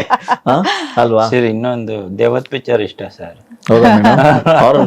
ತುಂಬಾ ಇಷ್ಟ ನಂಗೆ ಹಾರರ್ ಸಿನಿಮಾ ನೋಡಕ್ ಬಹಳ ಇಷ್ಟ. ಅದು ರಾತ್ರಿ ನೋಡ್ತೀರಾ ಹಗಲತ್ ನೋಡ್ತೀರಾ? ಎನಿ ಟೈಮ್ ನೀವು ಹೇಳಿ, ನಂಗೆ ತುಂಬಾ ನಿಮಗೆ ಇಷ್ಟನಾ? ಅಯ್ಯೋ ನಂಗೆ ನಾನ್ ನಿದ್ರೆನೇ ಬರಲ್ಲ ಬಲವಂತ ಮಾಡಿ ತೋರಿಸ್ತೀರಿ? ತೋರ್ಸೋದು. ನೋಡಿದ್ರೆ ನಿದ್ರೆನೇ ಸುಮ್ ಕುದನ್ ಕಣ್ಮುಚ್ಚಿ ನೋಡ್ತೀರೋ ಅಥವಾ ಕಣ್ಬಿಟ್ಕೊಂಡು ನೋಡ್ತೀರಾ ಅಂತ ಆಲೋಚನೆ? ಅದು ಬಿಡಿ. ಇಲ್ಲ, ಅದು ಇತ್ತೀಚೆಗೆ ಸ್ವಲ್ಪ ಅಡ್ಜಸ್ಟ್ ಆಗ್ತದೆ. ನಾನು ಫಸ್ಟ್ ಅದ್ ನೋಡ್ತಾನೆ ಇಲ್ಲ, ರಾತ್ರಿ ಎಲ್ಲ ಅದೇ ಬರೋದು ನಂಗೆ. ಇಲ್ಲ ಸರ್, ಅಷ್ಟೊಂದು ಎಂಜಾಯ್ ಮಾಡಲ್ಲ ನಾನು. ನಾಳೆ ಆರರ್ ಕಥೆನೇ ಮಾಡ್ತೀನಿ ಅಂದಾಗ ಏನ್ ಮಾಡ್ತೀರಿ? ಮಾಡ್ಬಿಡ್ತೀನಿ ಸರ್, ನೋಡಲ್ಲ. ಮಾಡ್ಕೊಳ್ಳಿ, ನೀವು ಏನಾದ್ರು ಮಾಡ್ಕೊಳ್ಳಿ, ನೋಡಲ್ಲ. ನಾ ಸಪೋರ್ಟ್ ಮಾತ್ರ ಮಾಡ್ತೀವಿ ಅಷ್ಟೇ. ಸರ್, ನಾವಿಬ್ರು ತುಂಬಾ ಸಿನಿಮಾಗಳು ನೋಡ್ತೀವಿ. ಓಕೆ ಸರ್, ನನ್ಗೆ ಸಿನಿಮಾ ಒಂದು ಇದು ಹೇಳಬೇಕು ಸರ್. ಸಿನಿಮಾಗಳನ್ನ ನಾವು ಯಾವ್ದನ್ನು ಇಲ್ಲಿ ಮನೆಯಲ್ಲಿ ನೋಡೋಕ್ಕಿಂತ ಹೆಚ್ಚಾಗಿ ಥಿಯೇಟರ್ಗೆ ಹೋಗಿ ನೋಡ್ತೀವಿ. ಮನೇಲಿ ನೋಡೋದೇ ಬಹಳ ಕಡಿಮೆ ನಾವು. ಥಿಯೇಟರ್ ಅಲ್ಲೇ ನೋಡ್ತೀವಿ. ಮಜಾನೇ ಬೇರೆ. ಮಜಾ ಅನ್ನೋದ್ಕಿಂತ ಸರ್, ಎಷ್ಟೋ ಹೊಸಬ್ರು ಬರ್ತಾರಲ್ಲ ಸರ್, ಇವಾಗ ನನ್ಗೆ ಎಷ್ಟೊಂದ್ ಜನ ಗೊತ್ತಿರಲ್ಲ, ನಾನು ಅವರಿಗೆ ಸಪೋರ್ಟ್ ಮಾಡ್ಬೇಕಂತ ಆಸೆ ಸರ್. ನನಗೆ ಇರೋದು ಒಂದೇ ದಾರಿ ಸರ್, ಅವ್ರ ಸಿನಿಮಾ ನೋಡ್ಬೇಕು. ನಾನು ಅವ್ರಿಗೆ ಹೋಗ್ಬಿಟ್ಟು ಬೆನ್ ತಟ್ಟಿ ನೀನ್ ಚೆನ್ನಾಗ್ ಮಾಡು ಅನ್ನೋದಕ್ಕಿಂತ ಹೆಚ್ಚಾಗಿ ನೀನ್ ಮಾಡಿರೋ ಸಿನಿಮಾನ ನಾನು ನೋಡ್ತೀನಿ ಸರ್, ಅಷ್ಟೇ ಸರ್. ನನಗೆ ಯಾವ್ದು ಹೊಸಬ್ರಾಗ್ಬೋದು ಅಥವಾ ಲೋ ಬಜೆಟ್ ಇರ್ಬೋದು, ನಾನು ಇದು ಯಾವ್ದೂನು ನೋಡಲ್ಲ ಸರ್. ಐ ಮೀನ್ ಗಣನೆಗೆ ತಗೊಳಲ್ಲ. ನಾನು ಆ ಫಿಲ್ಮ್ ನ ಹೋಗಿ ನೋಡ್ತೀನಿ. ನಾನು ನೀವು ಒಂದ್ ವಿಷಯ ಹೇಳ್ಬೇಕು ಸರ್. ಒಬ್ರು ಟೈಮ್ಸ್ ಆಫ್ ಇಂಡಿಯಾ ಅವರು ಇದ್ದಾರೆ, ನನ್ನ ಫ್ರೆಂಡು. ಅವರು ಏನ್ ಹೇಳ್ತಾ ಇದ್ರು, ಯಾವ ಫಿಲಮ್ಗೆ ಹೋದ್ರು ನಾನು ಸಿಗ್ತಾ ಇದ್ದೆ ಫಸ್ಟ್ ಡೇ. ಅವ್ರ ಪರಿಚಯ ಇತ್ತು. ಏನಪ್ಪ ನೀನು, ನನಗೇನೋ ಕೆಲ್ಸ, ಬಂದ್ ಬರೆಯಕ್ ಬರ್ತೀನಿ, ನೀನ್ ಯಾಕಪ್ಪ ಬರ್ತೀಯ ಎಲ್ಲ ಫಿಲಮ್ಗೂ ಅಂತಂದ್ರು. ಇಲ್ಲ, ನಂಗೆ ಇಷ್ಟ ಅಷ್ಟೇ, ನಾನು ಸಪೋರ್ಟ್ ಮಾಡ್ಬೇಕಷ್ಟೇ. ಅವ್ರು ಯಾರು ಟೀಮ್ನವ್ರು ಯಾರು ಗೊತ್ತಿರಲ್ಲ ಸರ್, ಗೊತ್ತಿರಲ್ಲ. ನನ್ಗೆ ಇರೋದು ಅದೊಂದೇ ದಾರಿ ಸರ್. ಕನ್ನಡ ಸಿನಿಮಾನ ಸಪೋರ್ಟ್ ಮಾಡೋದಂದ್ರೆ ಸಿನಿಮಾನ ನೋಡ್ಬೇಕು. ಈ ಬೆಳವಣಿಗೆ ಆಗ್ಬೇಕು ಅಂದ್ರೆ ಇಂಡಸ್ಟ್ರಿನಲ್ಲಿ ನಿಮ್ ತರ ಎಲ್ರು ಬಂದ್ ನೋಡಲ್ಲ. ನಂಗೆ ಅದನ್ನ ಹೇಳೋದು ಅವ್ರು ಹಾಗೇನೆ. ನಮ್ ಕನ್ನಡದ ಪ್ರೊಡ್ಯೂಸರ್ ಸಿನಿಮಾ ಮಾಡಿದ್ದಾರೆ, ನಾವು ಟಿಕೆಟ್ ತಗೊಂಡು ತುಂಬಾ ಕಡಿಮೆ ಪ್ರೀಮಿಯರ್ ಶೋಸ್ಗೆ ಹೋಗೋದು, ಇಲ್ಲ ನಾನು ಥಿಯೇಟರ್ ಹೋಗಿ ನೋಡ್ತೀನಿ. ಸರ್, ನಾನು ರೆಗ್ಯುಲರ್ ಆಗಿ ಇವಾಗ ನೀವ್ ಯಾವ್ದಾರು ಹೆಸರು ಹೇಳಿ ಎಲ್ಲ ನೋಡ್ಬಿಟ್ಟಿರ್ತೀವಿ. ತುಂಬಾ ಇಷ್ಟ ನಾವಿಬ್ರಿಗೂ ಸಿನಿಮಾ ನೋಡೋಕೆ. ನಾವು ಆತರ ಸರ್ ಪ್ರಾಕ್ಟಿಕಲ್ ಆಗಿ ನಂಬಿಕೆ ಇರೋಂತವ್ರು ನಾವು. ಏನಂದ್ರೆ ಇವಾಗ ಹೇಳ್ತಾರಲ್ಲ, ಕನ್ನಡನ ಬಳಸಿದ್ರಷ್ಟೇ ಅದು ಬೆಳೆಯೋದು. ಈಗ ನಾವು ಚಿತ್ರ ನೋಡಿದ್ರಷ್ಟೇ ಚಿತ್ರೋದ್ಯಮ ಬೆಳೆಯೋದು. ಮಾತಾಡೋದ್ರಿಂದ ಇದು ಸೋಷಿಯಲ್ ಮೀಡಿಯಲ್ಲಿ ಕುತ್ಕೊಂಡು ವಾಚ್ ದಿಸ್ ಫಿಲ್ಮ್ ಅವೆಲ್ಲ ಬೇಕಾಗಿಲ್ಲ sir. Go and watch and write, ಹೋಗಿ ನೋಡಿ ಬರೀರಿ. ಪೋಸ್ಟ್ ಮಾಡಿರೋದು ಹಾಗೆ, ನಾವು ನೋಡಿರೋ ಸಿನಿಮಾನೇ ನಾವು ಹಾಕ್ತೀವಿ. ನಮ್ದು ಯಾವ್ದು ಫೇಕ್ ಇಷ್ಟ ಇಲ್ಲ ಸರ್ ನನಗೆ. ನೇರವಾಗಿ ಹೋಗ್ಬೇಕು, ನೋಡ್ಬೇಕು, ಇರೋದನ್ನ ಹೇಳ್ಬೇಕು, ಜೆನ್ಯೂನ್ ಆಗಿ ಇರ್ಬೇಕು sir. Yes madam, Bigg Boss ಹೋಗಿ ಬಂದ್ರಿ, ಅಲ್ಲಿ ಚೆನ್ನಾಗಿ ಆಟ ಆಡಿದ್ರಿ ಕೂಡ. ಹೊರಗಡೆ ನಾವು ವಾಚ್ ಮಾಡ್ದಂಗೆ ಮೇಡಮ್ ಇನ್ನೂ ಅದ್ಭುತವಾಗಿ ಆಟ ಆಡ್ಬೋದಿತ್ತು, ಆದರೆ ಅವ್ರು ತುಂಬ ಸೈಲೆಂಟು, ಮ್ಯಾಕ್ಸಿಮಮ್ ಮಾಡಿದ್ರು ಅಂತ ಜಾಸ್ತಿ ನಿಮ್ಮ ಬಗ್ಗೆನೇ ಟಾಕ್ ಬರ್ತೈತೆ ಹೊರಗಡೆ, ಅಂದರೆ ಪಾಸಿಟಿವ್ ಆಗಿ. ಸೊ ಹೊರಗೆ ಬಂದಮೇಲೆ Bigg Boss minus or plus? Plus ಏನೆ. ನನಗೆ ನೀವು ಹೇಳಿದ ಹಾಗೆ ನಾನು ಒಳಗೆ ಹೇಗೆ ಹೋದ್ನೋ, ಕ್ಲಿಯರ್ ಚಿಟ್ಟಲ್ಲಿ ಹೇಗೆ ಹೋದ್ನೋ, ಹೊರಗೆ ಬರ್ಬೇಕಾದ್ರೂ ನಾನು ಹಾಗೆ ಬಂದೆ. ಇನ್ನೊಂದೇನಪ್ಪಾ ಅಂದ್ರೆ, ನನಗೆ ಬಿಗ್ ಬಾಸ್ ಆಟ ಅನ್ನೋದು ವ್ಯಕ್ತಿತ್ವದ ಆಟ. ನಿಮ್ಮ ವ್ಯಕ್ತಿತ್ವ ಏನು ಅನ್ನೋದು ತೋರಿಸ್ಕೊಳ್ಳೋದು ಬಿಗ್ ಬಾಸ್. ಅಲ್ಲಿ ಹೋಗ್ಬಿಟ್ಟು ನೀವ್ ಹೇಳಿದಾಗೆ ಕಿತ್ತಾಡೋದು ನನಗೆ ಇಷ್ಟ ಇರ್ಲಿಲ್ಲ, ಬಿಕಾಸ್ ಅದು ನನ್ನ ವ್ಯಕ್ತಿತ್ವ ಅಲ್ಲ. ಈಗೇನೋ ಅಲ್ಲೊಂದು ನಾನು ಆ ಫುಟೇಜ್ ನ ಗ್ರಾಬ್ ಮಾಡ್ಬೇಕು ಅನ್ನೋ ಕಾರಣಕ್ಕೆ ಹೋಗಿ ಜಗಳ ಆಡೋದು, ಅಥವಾ ಸುಮ್ನೆ ಹೋಗಿ ಮಾತಾಡೋದು, ಅಥವಾ ಸುಮ್ನೆ ಹೋಗಿ ನಗಾಡೋದು ನಾನು ಮಾಡಿಲ್ಲ. ನಾನ್ ಹೇಗಿರ್ತಿದ್ನೋ, ಯಾವಾಗ ನನಗೆ ರಿಯಾಕ್ಟ್ ಮಾಡ್ಬೇಕು ಅಂತ ಅನ್ಸುತ್ತೋ ಆವಾಗ ಮಾತ್ರನೇ ನಾನು ಮಾಡಿದೀನಿ. ಬೇರೆ ಟೈಮಲ್ಲಿ ನಾನು ರಿಯಲ್ ಲೈಫಲ್ಲಿ ಹೇಗಿರ್ತೀನಿ, ನನಗದು ಬೇಡ ಅಂತ ಅವಾಯ್ಡ್ ಮಾಡ್ಬೇಕು ಅಂದ್ರೆ ನಾನು ಅವಾಯ್ಡ್ ಮಾಡ್ತೀನಿ. ಅಂಡ್ ಇನ್ನೊಂದಷ್ಟು ಡಿಸ್ಕಸ್ ಮಾಡಿದೀನಿ ನಾನು ಅವ್ರ ಹತ್ರ ಹೋಗಿ, ಇಷ್ಟ ಆಗದೆ ಇರೋ ವಿಷಯ ನನ್ನ ರೀತಿಯಲ್ಲಿ. ಕಿತ್ತಾಡೋದು, ವಾಲ್ಯೂಮ್ ರೇಸ್ ಮಾಡ್ಕೊಳ್ಳೋದು ನನಗೆ ಅದು ಇಷ್ಟ ಇಲ್ಲ, ಅದು ಸಾಲ್ವ್ ಅಂತೂ ಆಗಲ್ಲ. ಇನ್ ಕೆಲವೊಂದು ವಿಷಯಗಳು ಇಷ್ಟ ಆಗದೆ ಇದ್ದಾಗ ಇಗ್ನೋರ್ ಮಾಡ್ತಾ ಬಂದ್ಬಿಟ್ಟಿದ್ದೀನಿ. ಯಾಕೆಂದ್ರೆ ದಟ್ ಈಸ್ ಮೈ ಕ್ಯಾರೆಕ್ಟರ್. ನಾನು ಅಲ್ದೇ ಇರೋ ಕ್ಯಾರೆಕ್ಟರ್ನ ಒಂದು ಆಟಕ್ಕೋಸ್ಕರ ನಾನು ಬದಲಾಯಿಸ್ಕೊಳಕ್ ನನಗೆ ಇಷ್ಟ ಇರ್ಲಿಲ್ಲ. ಅದೇ ಜನಕ್ಕೆ ಇಷ್ಟ ಆಗಿ ನಾನು 3 ತಿಂಗಳಲ್ಲಿ ಇದ್ದೆ. ಹೊರಗ್ ಬಂದ್ಮೇಲೂ ನನ್ಗೆ ಅದೇ ಹೆಸರಿದೆ. ನೀವಾಗಿದ್ರಿ, ನಿಮ್ ವ್ಯಕ್ತಿತ್ವ ನಮ್ಗೆ ಇಷ್ಟ ಆಯ್ತು. ಬಹಳಷ್ಟು ಮೀಟ್ ಮಾಡಿದವ್ರು ಏನ್ ಹೇಳಿದ್ರು ಅಂದ್ರೆ, ನನಗೆ ಇದೆಲ್ಲ ಬಹಳ ದೊಡ್ಡ ವಿಷಯ ಅಂತ ಅನ್ನಿಸ್ತು ನನಗೆ.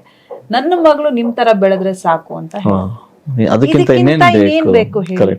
ನನ್ ತಾಯಿ ಪಕ್ಕದಲ್ಲಿದ್ರು, ಅವ್ರಿಗೆ ಎಷ್ಟು ಖುಷಿ ಆಯ್ತು ಗೊತ್ತಾ ಆ ಮಾತನ್ನ ಕೇಳಿದ ತಕ್ಷಣ. ನೀವು ಇದ್ರು, ಇವ್ರು ಇದ್ರು. ನನ್ ಮಗಳು ನಿಮ್ ತರ ಆದ್ರೆ ಸಾಕು, ನಿಮ್ ಹಾಗೆ ನಿಮ್ಮ ಒಂದು ವ್ಯಕ್ತಿತ್ವ ಅವಳು ಬರ್ಬೇಕು ಅಂತ ಹೇಳಿದಾಗ ಅದು ನನಗೆ ಬಿಗ್ ಬಾಸ್ ಗೆದ್ದೆ ನಾನು ಅಂತ ಹಂಗಾಗಿ ನನಗೆ ಅದು ಇಷ್ಟ ಆಗತ್ತೆ. ನೀವು ಲಾಸ್ಟ್ ಅಲ್ಲಿ ಅದೇನು ಪ್ರೈಸ್ ಮನಿ ಕೊಡ್ತಿರೋ ಬಿಡ್ತಿರೋ ಅದಕ್ಕಿಂತ this matters a lot for me. ಯಾಕಂದ್ರೆ ಇವೆಲ್ಲ ದಾಖಲಾಗಿ ಉಳಿಯಂತವು. ಹೌದು, ಇದೆಲ್ಲಾನು. ಅಂಡ್ ಒಬ್ರು ಬಂದು ನನ್ನ ಮಗಳು ನಿಂತರ ಆಗ್ಬೇಕು ಅಂದ್ರೆ ಅದು ಚಿಕ್ಕ ವಿಷಯ ಅಲ್ಲ ನನಗೆ. ನಾನು ಗೆದ್ದಿದ್ದೀನಿ ಅಂತಾನೆ ಖುಷಿ ಆಗತ್ತೆ. ಸೊ ಹಾಗಾಗಿ ನನಗೆ Bigg Boss, after Bigg Boss and before Bigg Boss ನಾ ಯಾವಾಗ್ಲೂ ಪ್ಲಸ್ ಏನೆ ನನಗೆ. ಓಕೆ, ಪ್ಲಸ್ ವಿಚಾರಕ್ಕೆ ಬಂದ್ರೆ ಮತ್ತೊಂದು ಪ್ಲಸ್ ಹೌದು ಅಲ್ವಾ, ಅದು ಕೂಡ ದೊಡ್ಡ ಪ್ಲಸ್ ಆಯ್ತು. ಯಾಕೆಂದ್ರೆ ಲೈಫಲ್ಲೇ ಪ್ಲಸ್ ಆಯ್ತು. ಅಲ್ಲಿ ಅಷ್ಟು ಡಿಸ್ಕಸ್ ಮಾಡ್ಬಿಟ್ಟಿದ್ವಿ ನಾವು, ಮದ್ವೆ ಮದ್ವೆ ಮದ್ವೆ ಮದ್ವೆ ಅಂತ. ಬಹುಶಃ ಅಲ್ಲಿ ಅಷ್ಟ್ ಮಾಡಿದಕ್ಕೆ ಹೊರಗ್ ಬಂದು ಮತ್ತೆ ಅದನ್ನ ಮಾತಾಡೋದಕ್ಕೆ ಅವಕಾಶ ಆಯ್ತು. ನಾವಿಬ್ರು ಏನೋ ಒಂದು ಡಿಸೈಡ್ ಮಾಡೋದಕ್ಕೆ ಅವಕಾಶ ಆಯ್ತು. ಅದೊಂದು ವೇದಿಕೆನೂ ಕಾರಣ ಆಯ್ತು. ಸೊ ನೀವಿಬ್ರು ಒಂದಾಗ್ಲಿಕ್ಕೆ. ಇತ್ತೀಚೆಗೆ ಎಲ್ಲ ಆತ್ಮೀಯರನ್ನು ಕರೆಸಿ ಒಂದು ಔತಣ ಕೂಟವನ್ನು ಕೂಡ ಏರ್ಪಡಿಸಿದ್ರಿ. ಎಲ್ಲ ನಿಮ್ ಬಿಗ್ ಬಾಸ್ ಸ್ಪರ್ಧಿಗಳೆಲ್ಲ ಬಂದಿದ್ರು. ಸೊ ಅದೊಂದು ಖುಷಿಯ ವಾತಾವರಣ ಆಗಿತ್ತು. ಏನಂದ್ರೆ ಇನ್ನೂ ಬಹಳಷ್ಟು ಜನ ಇದ್ದಾರೆ ನನಗೆ ಹತ್ತಿರವಾದಂಥವ್ರು, ನಮ್ಮ ಇಬ್ಬರ ಜೊತೆಗೆ ಕೆಲಸ ಮಾಡದಂಥವ್ರು. ಇದೇನಾಯ್ತು ಅಂದ್ರೆ ಬಿಗ್ ಬಾಸ್ ಇತ್ತೀಚೆಗೆ ಬಂದಿದ್ದು, ಇತ್ತೀಚೆಗೆ ನಾವು ಮದ್ವೆ ಬಗ್ಗೆ ಅಲ್ಲಿ ಡಿಸ್ಕಸ್ ಮಾಡಿದ್ರಿಂದ ನಾನು ಅವನ್ನ ಇನ್ವೈಟ್ ಮಾಡ್ಬೇಕಾಗಿತ್ತು, ಆತ್ಮೀಯವಾಗಿದ್ದವ್ರನ್ನ. ಇನ್ನೂ ಇದಾರೆ, ಇನ್ನೂ ಸಾಕಷ್ಟು ಜನ ಇದ್ದಾರೆ, ಹೇಳೋ ಅಂಥವ್ರು ಇದಾರೆ. ಇವ್ರಿಗಂತೂ ನನ್ನಾದ್ರೂ ಎಣಿಸ್ಬೋದು ನನ್ನ ಫ್ರೆಂಡ್ಸ್ ಅನ್ನ. ಇವ್ರ ಫ್ರೆಂಡ್ಸ್ ಎಣ್ಸಕ್ ಅಷ್ಟು ಜನ ಇದ್ದಾರೆ. ಬಟ್ ಒಂದ್ ಸಣ್ಣ ಒಂದು ಹೆಚ್ಚು ನಾವು ಮದ್ವೆ ಬಗ್ಗೆ ಯಾರ ಜೊತೆಗೆ ಮಾತಾಡಿದ್ವಿ, ಡಿಸ್ಕಸ್ ಮಾಡಿದ್ವೋ ಅವ್ರನ್ನ ಒಂದು ಕರೆದು ಕೊಟ್ಟಂತ ಒಂದು ಪಾರ್ಟಿ ಅದಷ್ಟೇನೆ. ಇನ್ನೂ ನಮ್ಗೆ ಆತ್ಮೀಯರು ಬಹಳಷ್ಟು ಜನ ಇದ್ದಾರೆ. ಓಕೆ, ನೆಕ್ಸ್ಟ್ ಫ್ಯೂಚರ್ ಪ್ಲಾನ್ ಎಲ್ಲ ಹೇಗಿರುತ್ತೆ ನಿಮ್ದು ಅಂತ? ಜರ್ನಿ ಸರ್ ಅಷ್ಟೇ, ಎಂಜಾಯ್ ದ ಜರ್ನಿ ಅಷ್ಟೇ. Go with the flow. Life ಬದಲಾಗಲ್ಲ ನಮಗೆ, ಏರಿಳಿತಗಳು ಜಾಸ್ತಿ. ಹೌದು, ಲೈಫ್ ಏನು ಬದಲಾಗಲ್ಲ. ನಾನು ಹೇಳಿದ್ನಲ್ಲ, ಮದ್ವೆ ಆದ್ರೂ ಕೂಡ ನನ್ನ ಲೈಫ್ ಹಾಗೆ ಇದೆ, ಅವ್ರ ಲೈಫು ಹಾಗೆ ಇದೆ. ಯಾವ್ದು ಬದಲಾವಣೆ ಅನ್ನೋದು ಏನೂ ಇಲ್ಲ. ಪ್ರಾಜೆಕ್ಟ್ಸ್ ಈಗ ಸ್ವಲ್ಪ ಅದೇ ನೀವ್ ಹೇಳ್ದಂಗೆ ಗ್ಯಾಪ್ ತಗೊಂಡಿದೀನಿ. ಯಾಕಂದ್ರೆ ಈ ಲೈಫ್ ಸ್ಮಾಲ್ ಬ್ರೇಕ್ ಅಷ್ಟೇ. ಅಗೇನ್ ನನ್ನ ಒಂದು ರೊಟೀನ್ ಕೆಲ್ಸಕ್ಕೆ ನಾನು ಹೋಗ್ತೀನಿ, ಅವ್ರ ಕೆಲ್ಸ ಆಲ್ರೆಡಿ ಅವ್ರು ಶುರು ಮಾಡ್ಕೊಂಡಿದ್ದಾರೆ. ಸರ್ ನಮ್ಗೇನ್ ಬ್ರೇಕೇ ಸಿಕ್ಕಿಲ್ಲ ಸರ್, ಹೋಗ್ತಾನೆ ಇದೀವಿ ಆಫೀಸ್ಗೆ. ಶುರು ಮಾಡ್ತೀರಾ ಇನ್ನು ನೆಕ್ಸ್ಟ್ ನೀವು ಕೂಡ? ಅವ್ರ ಪ್ರಾಜೆಕ್ಟ್ ಅವ್ರು ಶುರು ಆಗತ್ತೆ, ಅವ್ರ ಆಫೀಸ್ ವರ್ಕ್ ನಡೀತಾ ಇದೆ. ಸೊ ನಂದಾದ್ಮೇಲೆ ಇನ್ನೊಂದ್ ಸ್ವಲ್ಪ ದಿನ ಆಮೇಲೆ ನಾನು ಅಲ್ಲಿ ಗೆಟ್ ಬ್ಯಾಕ್. ಸೊ ಆಮೇಲೆ ಇಬ್ರು ಬಿಸಿ ಆದ್ರೆ ಇಬ್ಬರಿಗೂ ಟೈಮ್ ಸಿಗಲ್ಲ ಮಾತಾಡ್ಲಿಕ್ಕೆ. ಸೊ ಇವಾಗಲೇ ಏನೇನು ಅಷ್ಟೊಂದೆಲ್ಲ ಬಿಸಿ ಆಗಲ್ಲ ಸರ್. ನಮ್ಗೆ ನಮ್ಮಿಬ್ರದ್ದು ಟೈಮ್ ಬಹಳ ಪ್ರೀಶಿಯಸ್. ಅದನ್ನ ಮಾಡಿ ನೆಕ್ಸ್ಟ್ ಡೇ ಸರ್ ಕೆಲಸಗಳು. ನಾವ್ ಅದಕ್ಕೂ ಟೈಮ್ ಅಲ್ವಾ, ಮಿಸ್ ಮಾಡ್ಕೊಂಡು ಇವ್ ನೋಡಕ್ ಆಗ್ತೆ. ಅಂಡ್ ಇವರೆಲ್ಲ ಹಾಗೆಲ್ಲ ಏನು ಇಲ್ಲ. ಈಗ ನಾನು ಎಲ್ಲೋ ಇರ್ತೀನಿ ಶೂಟಿಂಗ್ ಅಲ್ಲಿ, ಈ ತರ ಇದೀನಿ, ಯಾಕೋ ಮಿಸ್ ಮಾಡ್ಕೋತಿದ್ದೀನಿ ಅಂದ್ರೆ ನೆಕ್ಸ್ಟ್ ಮಿನಿಟ್ ಬಂದ್ಬಿಟ್ಟಿರ್ತಾರೆ. ಎಸ್ ಮೇಡಮ್, ಈ ಸಿನಿಮಾ ಅಂತ ಬಂದಾಗ ಜಾಸ್ತಿ ಫೋಕಸ್ ಆಗೋದು ಜಾಸ್ತಿ. ಅಂದ್ರೆ ಸಿನಿಮಾದವ್ರು ಅಂದ್ರೆ ಫೋಕಸ್ ಆಗ್ತಾರೆ. ಈಗ ಯಾವ್ದೋ ಸಣ್ಣ ವಿಚಾರ ಬಂದ್ರೆ ಸುದ್ದಿ ಆಗ್ಬಿಡ್ತಾರೆ. ಇತ್ತೀಚೆಗೆ ನಮ್ಮ ಸಿನಿಮಾ ಇಂಡಸ್ಟ್ರಿಯ ಬೆಳವಣಿಗೆಗಳು ನಿಮಗೂ ಗೊತ್ತು. ಎಲ್ಲೋ ಡಿವೋರ್ಸ್ ಕೇಸ್ ನೋಡುತ್ತೀವಿ, ಇನ್ನೊಂದೆಲ್ಲ ಮೀಟು ಪ್ರಕರಣ ಬರುತ್ತೆ, ಮತ್ತೊಂದೆಲ್ಲ ದೊಡ್ಡ ಮನೆಯದೊಂದು ಕೇಸ್ ಬರುತ್ತೆ, ಇನ್ನೊಂದೆಲ್ಲ ಕೊಲೆ ಆಗುತ್ತೆ, ಅಲ್ಲಿ ದರ್ಶನ್ ಅಂತವರು ಹೆಸರು ಕೇಳಿಬರುತ್ತೆ. ಇದೆಲ್ಲ ಸಿನಿಮಾದವರೆಗೆ ಯಾಕೆ ಫೋಕಸ್ ಆಗುತ್ತೆ? ಬೇರೆ ಎಲ್ಲ ಕಡೆನೂ ನಡೀತದೆ, ಕೊಲೆ ಬೇರೆ ಕಡೆ ನಡೀತದೆ, ಎಲ್ಲೋ ಡೈವರ್ಸ್ ಆಗ್ತದೆ, ಆದ್ರೂ ಕೂಡ ಯಾಕೆ? ಒಳ್ಳೇದು ಕೆಟ್ಟದ್ದು ಎಲ್ಲಾ ಫೀಲ್ಡ್ ಅಲ್ಲೂ ಇದೆ, ಎಲ್ಲಾ ರಂಗದಲ್ಲೂ ನೀವು ಒಳ್ಳೆಯವನು ಕಾಣಬಹುದು, ಕೆಟ್ಟವನು ಕಾಣಬಹುದು. ನೀವು ಹೇಳಿದ ಹಾಗೆ ಫೋಕಸ್ ಹೆಚ್ಚು ಇಲ್ಲ ಆಗೋದ್ರಿಂದ ವಿಷಯ ಹೊರಗೆ ಬರುತ್ತೆ. ಯಾಕೆಂದ್ರೆ ಜನಕ್ಕೆ ನಾವು ಬಹಳ ಹತ್ರ ಆಗಿರ್ತೀವಿ, ಜನಕ್ಕೆ ನಾವು ತುಂಬಾ ಇಷ್ಟ ಆಗಿರ್ತೀವಿ, ಒಬ್ರು ಇಷ್ಟ ಆಗಿರಲ್ಲ. ಸೊ ನಮ್ಮ ವಿಷಯ ಅಂತ ಬಂದಾಗ ಒಂದ್ ಸ್ವಲ್ಪ ಜಾಸ್ತಿ ಆಗತ್ತೆ.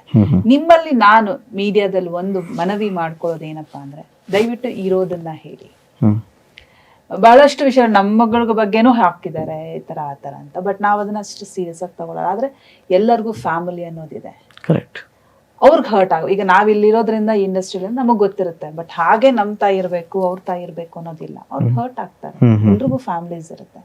ಸೊ ಇರೋದನ್ನ ದಯವಿಟ್ಟು ತೋರಿಸಿ, ಇಲ್ಲದೆ ಇರೋದನ್ನ ಅಥವಾ ನಿಮ್ಮ ಒಂದು ಏನೋ TRPಗೋ ಮತ್ತೊಂದಕ್ಕೋ ದಯವಿಟ್ಟು ಅದು ಸುಳ್ಳನ್ನ ಹೈಲೈಟ್ ಮಾಡಕ್ ಹೋಗ್ಬೇಡಿ ಅಂತ ಒಂದಷ್ಟು ರಿಕ್ವೆಸ್ಟ್ ಮಾಡ್ಕೋತಾರೆ. ಇಂಡಸ್ಟ್ರಿಯಲ್ಲೇ ಒಂದಿಷ್ಟು ಈ ಪ್ರಕರಣದ ಬಗ್ಗೆ ಪರ ವಿರೋಧ ಚರ್ಚೆ ಆಗ್ತಾ ಇತ್ತು. ನಿಮ್ಮ ನಿಲುವೇನು ಅಂತ ಅಂದ್ರೆ, ಒಂದು ಪ್ರಕರಣ ಆಯ್ತು, ದರ್ಶನ್ ಸರ್ ವಿಷಯವಾಗಿ ಮಾತಾಡೋದಾದ್ರೆ ಒಂದೇನಂದ್ರೆ, ದರ್ಶನ್ ಸರ್ ಜೊತೆಗೆ ನಾನು ವರ್ಕ್ ಮಾಡಿದ್ದೀನಿ, ನನಗೆ ಅವರು ಬಹಳ ಹತ್ತಿರದಿಂದಾನು ಗೊತ್ತಿದೆ, ಪರ್ಸನಲಿ ಕೂಡ ನನಗೆ ಗೊತ್ತಿದೆ. ನಾನು ಅವ್ರ ಮದ್ವೆಗೆ ಹೋಗಿದ್ದೀನಿ, ಮನೆಗೆ ಹೋಗಿದ್ದೀನಿ, ನನಗೆ ಗೊತ್ತು. ಮೀನಾ ಆಂಟಿ ಅವ್ರ ಜೊತೆಗೆ, ಅವ್ರ ತಾಯಿಯವ್ರ ಜೊತೆಗೆ ನಾನು ಮಾತಾಡಿದ್ದೀನಿ, ತಮ್ಮನ ಜೊತೆ ಮಾತಾಡಿದ್ದೀನಿ. ನಾನು ದರ್ಶನ್ ಸರ್ನ ಯಾವತ್ತೂ ಹಾಗೆ ನೋಡಿಲ್ಲ, ಆಯ್ತಾ. ಇನ್ನೊಂದೇನಪ್ಪಾ ಅಂದ್ರೆ, ಇಲ್ಲಿ ಏನು ಸತ್ಯ ಯಾವುದು ಅನ್ನೋದು ಇನ್ನೂ ನಮಗ್ ಗೊತ್ತಿಲ್ಲ. ಆಗಿದ್ಯಾ ಆಗಿಲ್ವಾ ಅನ್ನೋದು ಗೊತ್ತಿಲ್ಲ. ಎರಡೂ ಕಡೆ ಆಗಿರ್ಬೋದು, ಎರಡೂ ಫ್ಯಾಮಿಲಿಗೆ ದುಃಖ ಆಗಿದೆ, ಇಲ್ಲ ಅಂತ ಹೇಳಕ್ ಆಗೋದಿಲ್ಲ. ಆ ಕಡೆ ಆ ಫ್ಯಾಮಿಲಿಗೂ ಆಗಿದೆ, ಈ ಫ್ಯಾಮಿಲಿಗೂ ಆಗಿದೆ. ಒಂದು ಏನಂದ್ರೆ, ದೇವರ ಅವ್ರಿಗೆ ಶಕ್ತಿ ಕೊಡ್ಲಿ, ಎಂಡ್ ಆಫ್ ದಿ ರಿಸಲ್ಟ್ ಬರ್ಲಿ. ಮೊದ್ಲೇ ಹೌದು, ಈಗ ಇನ್ನೂ ನಡೀತಾ ಇದೆ, ಕೋರ್ಟಲ್ಲಿ ನಡೀತಾ ಇರೋದ್ರಿಂದ ಯಾರ್ದು ತಪ್ಪು ಯಾವ್ದು ಸರಿ ಅಂತ ಏನೂ ಗೊತ್ತಿಲ್ಲ. ಅದಕ್ಕೆ ಮುಂಚೆನೆ ನಾವು ಇವ್ರದ್ದು ಸರಿ, ಅವ್ರದ್ದು ತಪ್ಪು, ಇಲ್ಲ ಅವ್ರದ್ದು ಸರಿ ಇವ್ರದ್ದು ತಪ್ಪು ಅಂತ ಹೇಳೋದು ನಮ್ದು ತಪ್ಪಾಗತ್ತೆ. ಬಟ್ ನನ್ನ ಹತ್ತದಿಂದ ನಾನ್ ದರ್ಶನ್ ಸರ್ನ ನೋಡಿದ ಹಾಗೆ ಅವ್ರು ಯಾವತ್ತೂ ನಾನು ಅವ್ರನ್ನ ಹಾಗೆ ನೋಡಿಲ್ಲ. ನನಗ್ ನೋಡಕ್ಕೂ ಅವ್ರನ್ನ ಈ ತರ ಪರಿಸ್ಥಿತಿ ಇಷ್ಟ ಇಲ್ಲ, to be very frank. But ಅದನ್ನ ಡಿಸೈಡ್ ಮಾಡೋದು ನಾವಲ್ಲ, ಕರೆಕ್ಟ್ ಅಲ್ವಾ. ಅಲ್ಲಿ ಏನು ಸತ್ಯಾಂಶ ಏನು ಅನ್ನೋದು ಹೊರಗೆ ಬಂದ್ಮೇಲೆ ಅದೇನು ಅಂತ ಗೊತ್ತಾಗುತ್ತೆ. ಅಲ್ಲಿ ತನಕ ನಾವು ಕಾಯಲೇಬೇಕು. ಅದೊಂದು ಸಪೋರ್ಟ್ ಅಂತ ಖಂಡಿತವಾಗ್ಲೂ ನಾವಿರ್ತೀವಿ.